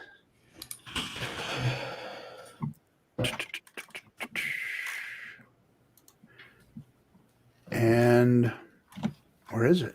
Oh, there it is. Boom. Look at that. The Motley Investor, boy, he scored tonight. He got 959 lemons into the fire. Another one of our regulars, 551 lemons. Hector the Protector, another one, 399. And thank O Sherpick. What a night for him, too. 317 lemon and Hexagon Sweat. 260. Even I got 95. Nice. Yeah, you got good. I got 69. My favorite number. Nice. So anyway, all right, guys, we've been on for 3 hours. Anybody want to finish up with anything? Any questions coming in from the chat room, guys, that we want to talk about before we close it up? A lot more about. Jeez, I can't even talk anymore. Share price and share rate. My video is 67% uploaded, so another hour and a half or so, it'll be there. It's going to be on YouTube, right? Yeah, YouTube. On YouTube. So. What's your? It's Randy Hilarski. Randy Hilarski. Yeah, on YouTube, Randy Hilarski, and he goes over the share price and the share rate and how that works. So if you're new and you're coming in, or even if you're old and you want to know about share price and share rate, go see Randy's YouTube there. And don't forget, if you did win tonight, if you did get on the list, make sure that you follow us here on Dlive, you subscribe to our YouTube, and you follow me on the Twitters, RG3_pirate. So anyway. Yeah. It was a good stream. I saw that your numbers went up to 586, and I looked earlier and it was like 549 or something, 551, somewhere in there. Yeah. Oh, nice. We went up a lot. That's good. Finally, we're starting to pump a little bit. Pump the numbers. It's coming back. And just to let all you guys know, Friday is your show, so come on and come hang back out with us. If you're new, we may be a little rough around the edges, but we're cordial, and we'll let you come on and ask your questions and just hang out with us. And that's what Friday Night's for, is for the community. You guys just jump on here and come hang with us. So anyway, with that, anything else, anybody? I'm doing a live stream on Saturday night, an AMA or whatever, and I'm gonna have a bunch of people on, so come watch it. It's gonna be on my YouTube channel, Dollar Cost Crypto. So Dollar Cost Crypto, our Buccaneer, Litecoin Moses, he does a lot of stuff in crypto, guys. He creeps and crawls into the night, and when it comes to cryptos, and he does all the slumming around, so you don't have to, and all you got to do is listen to him. So if you want to know about other cryptos and what's going on out there, DeFi and all that good shit, that's your man right there. Yeah, let me know, baby. Shit. Yeah, I'm starting a podcast to try and catch up with his anchor because of his. Everybody else is doing this stuff. It's pretty cool. Cool. Nice. Podcasts. All right, guys. All right, everybody out there in the crypto world, don't get wrecked. We'll see you on the next Discourse Syndicate on Friday Night Hangout, the FN Hangout. Later.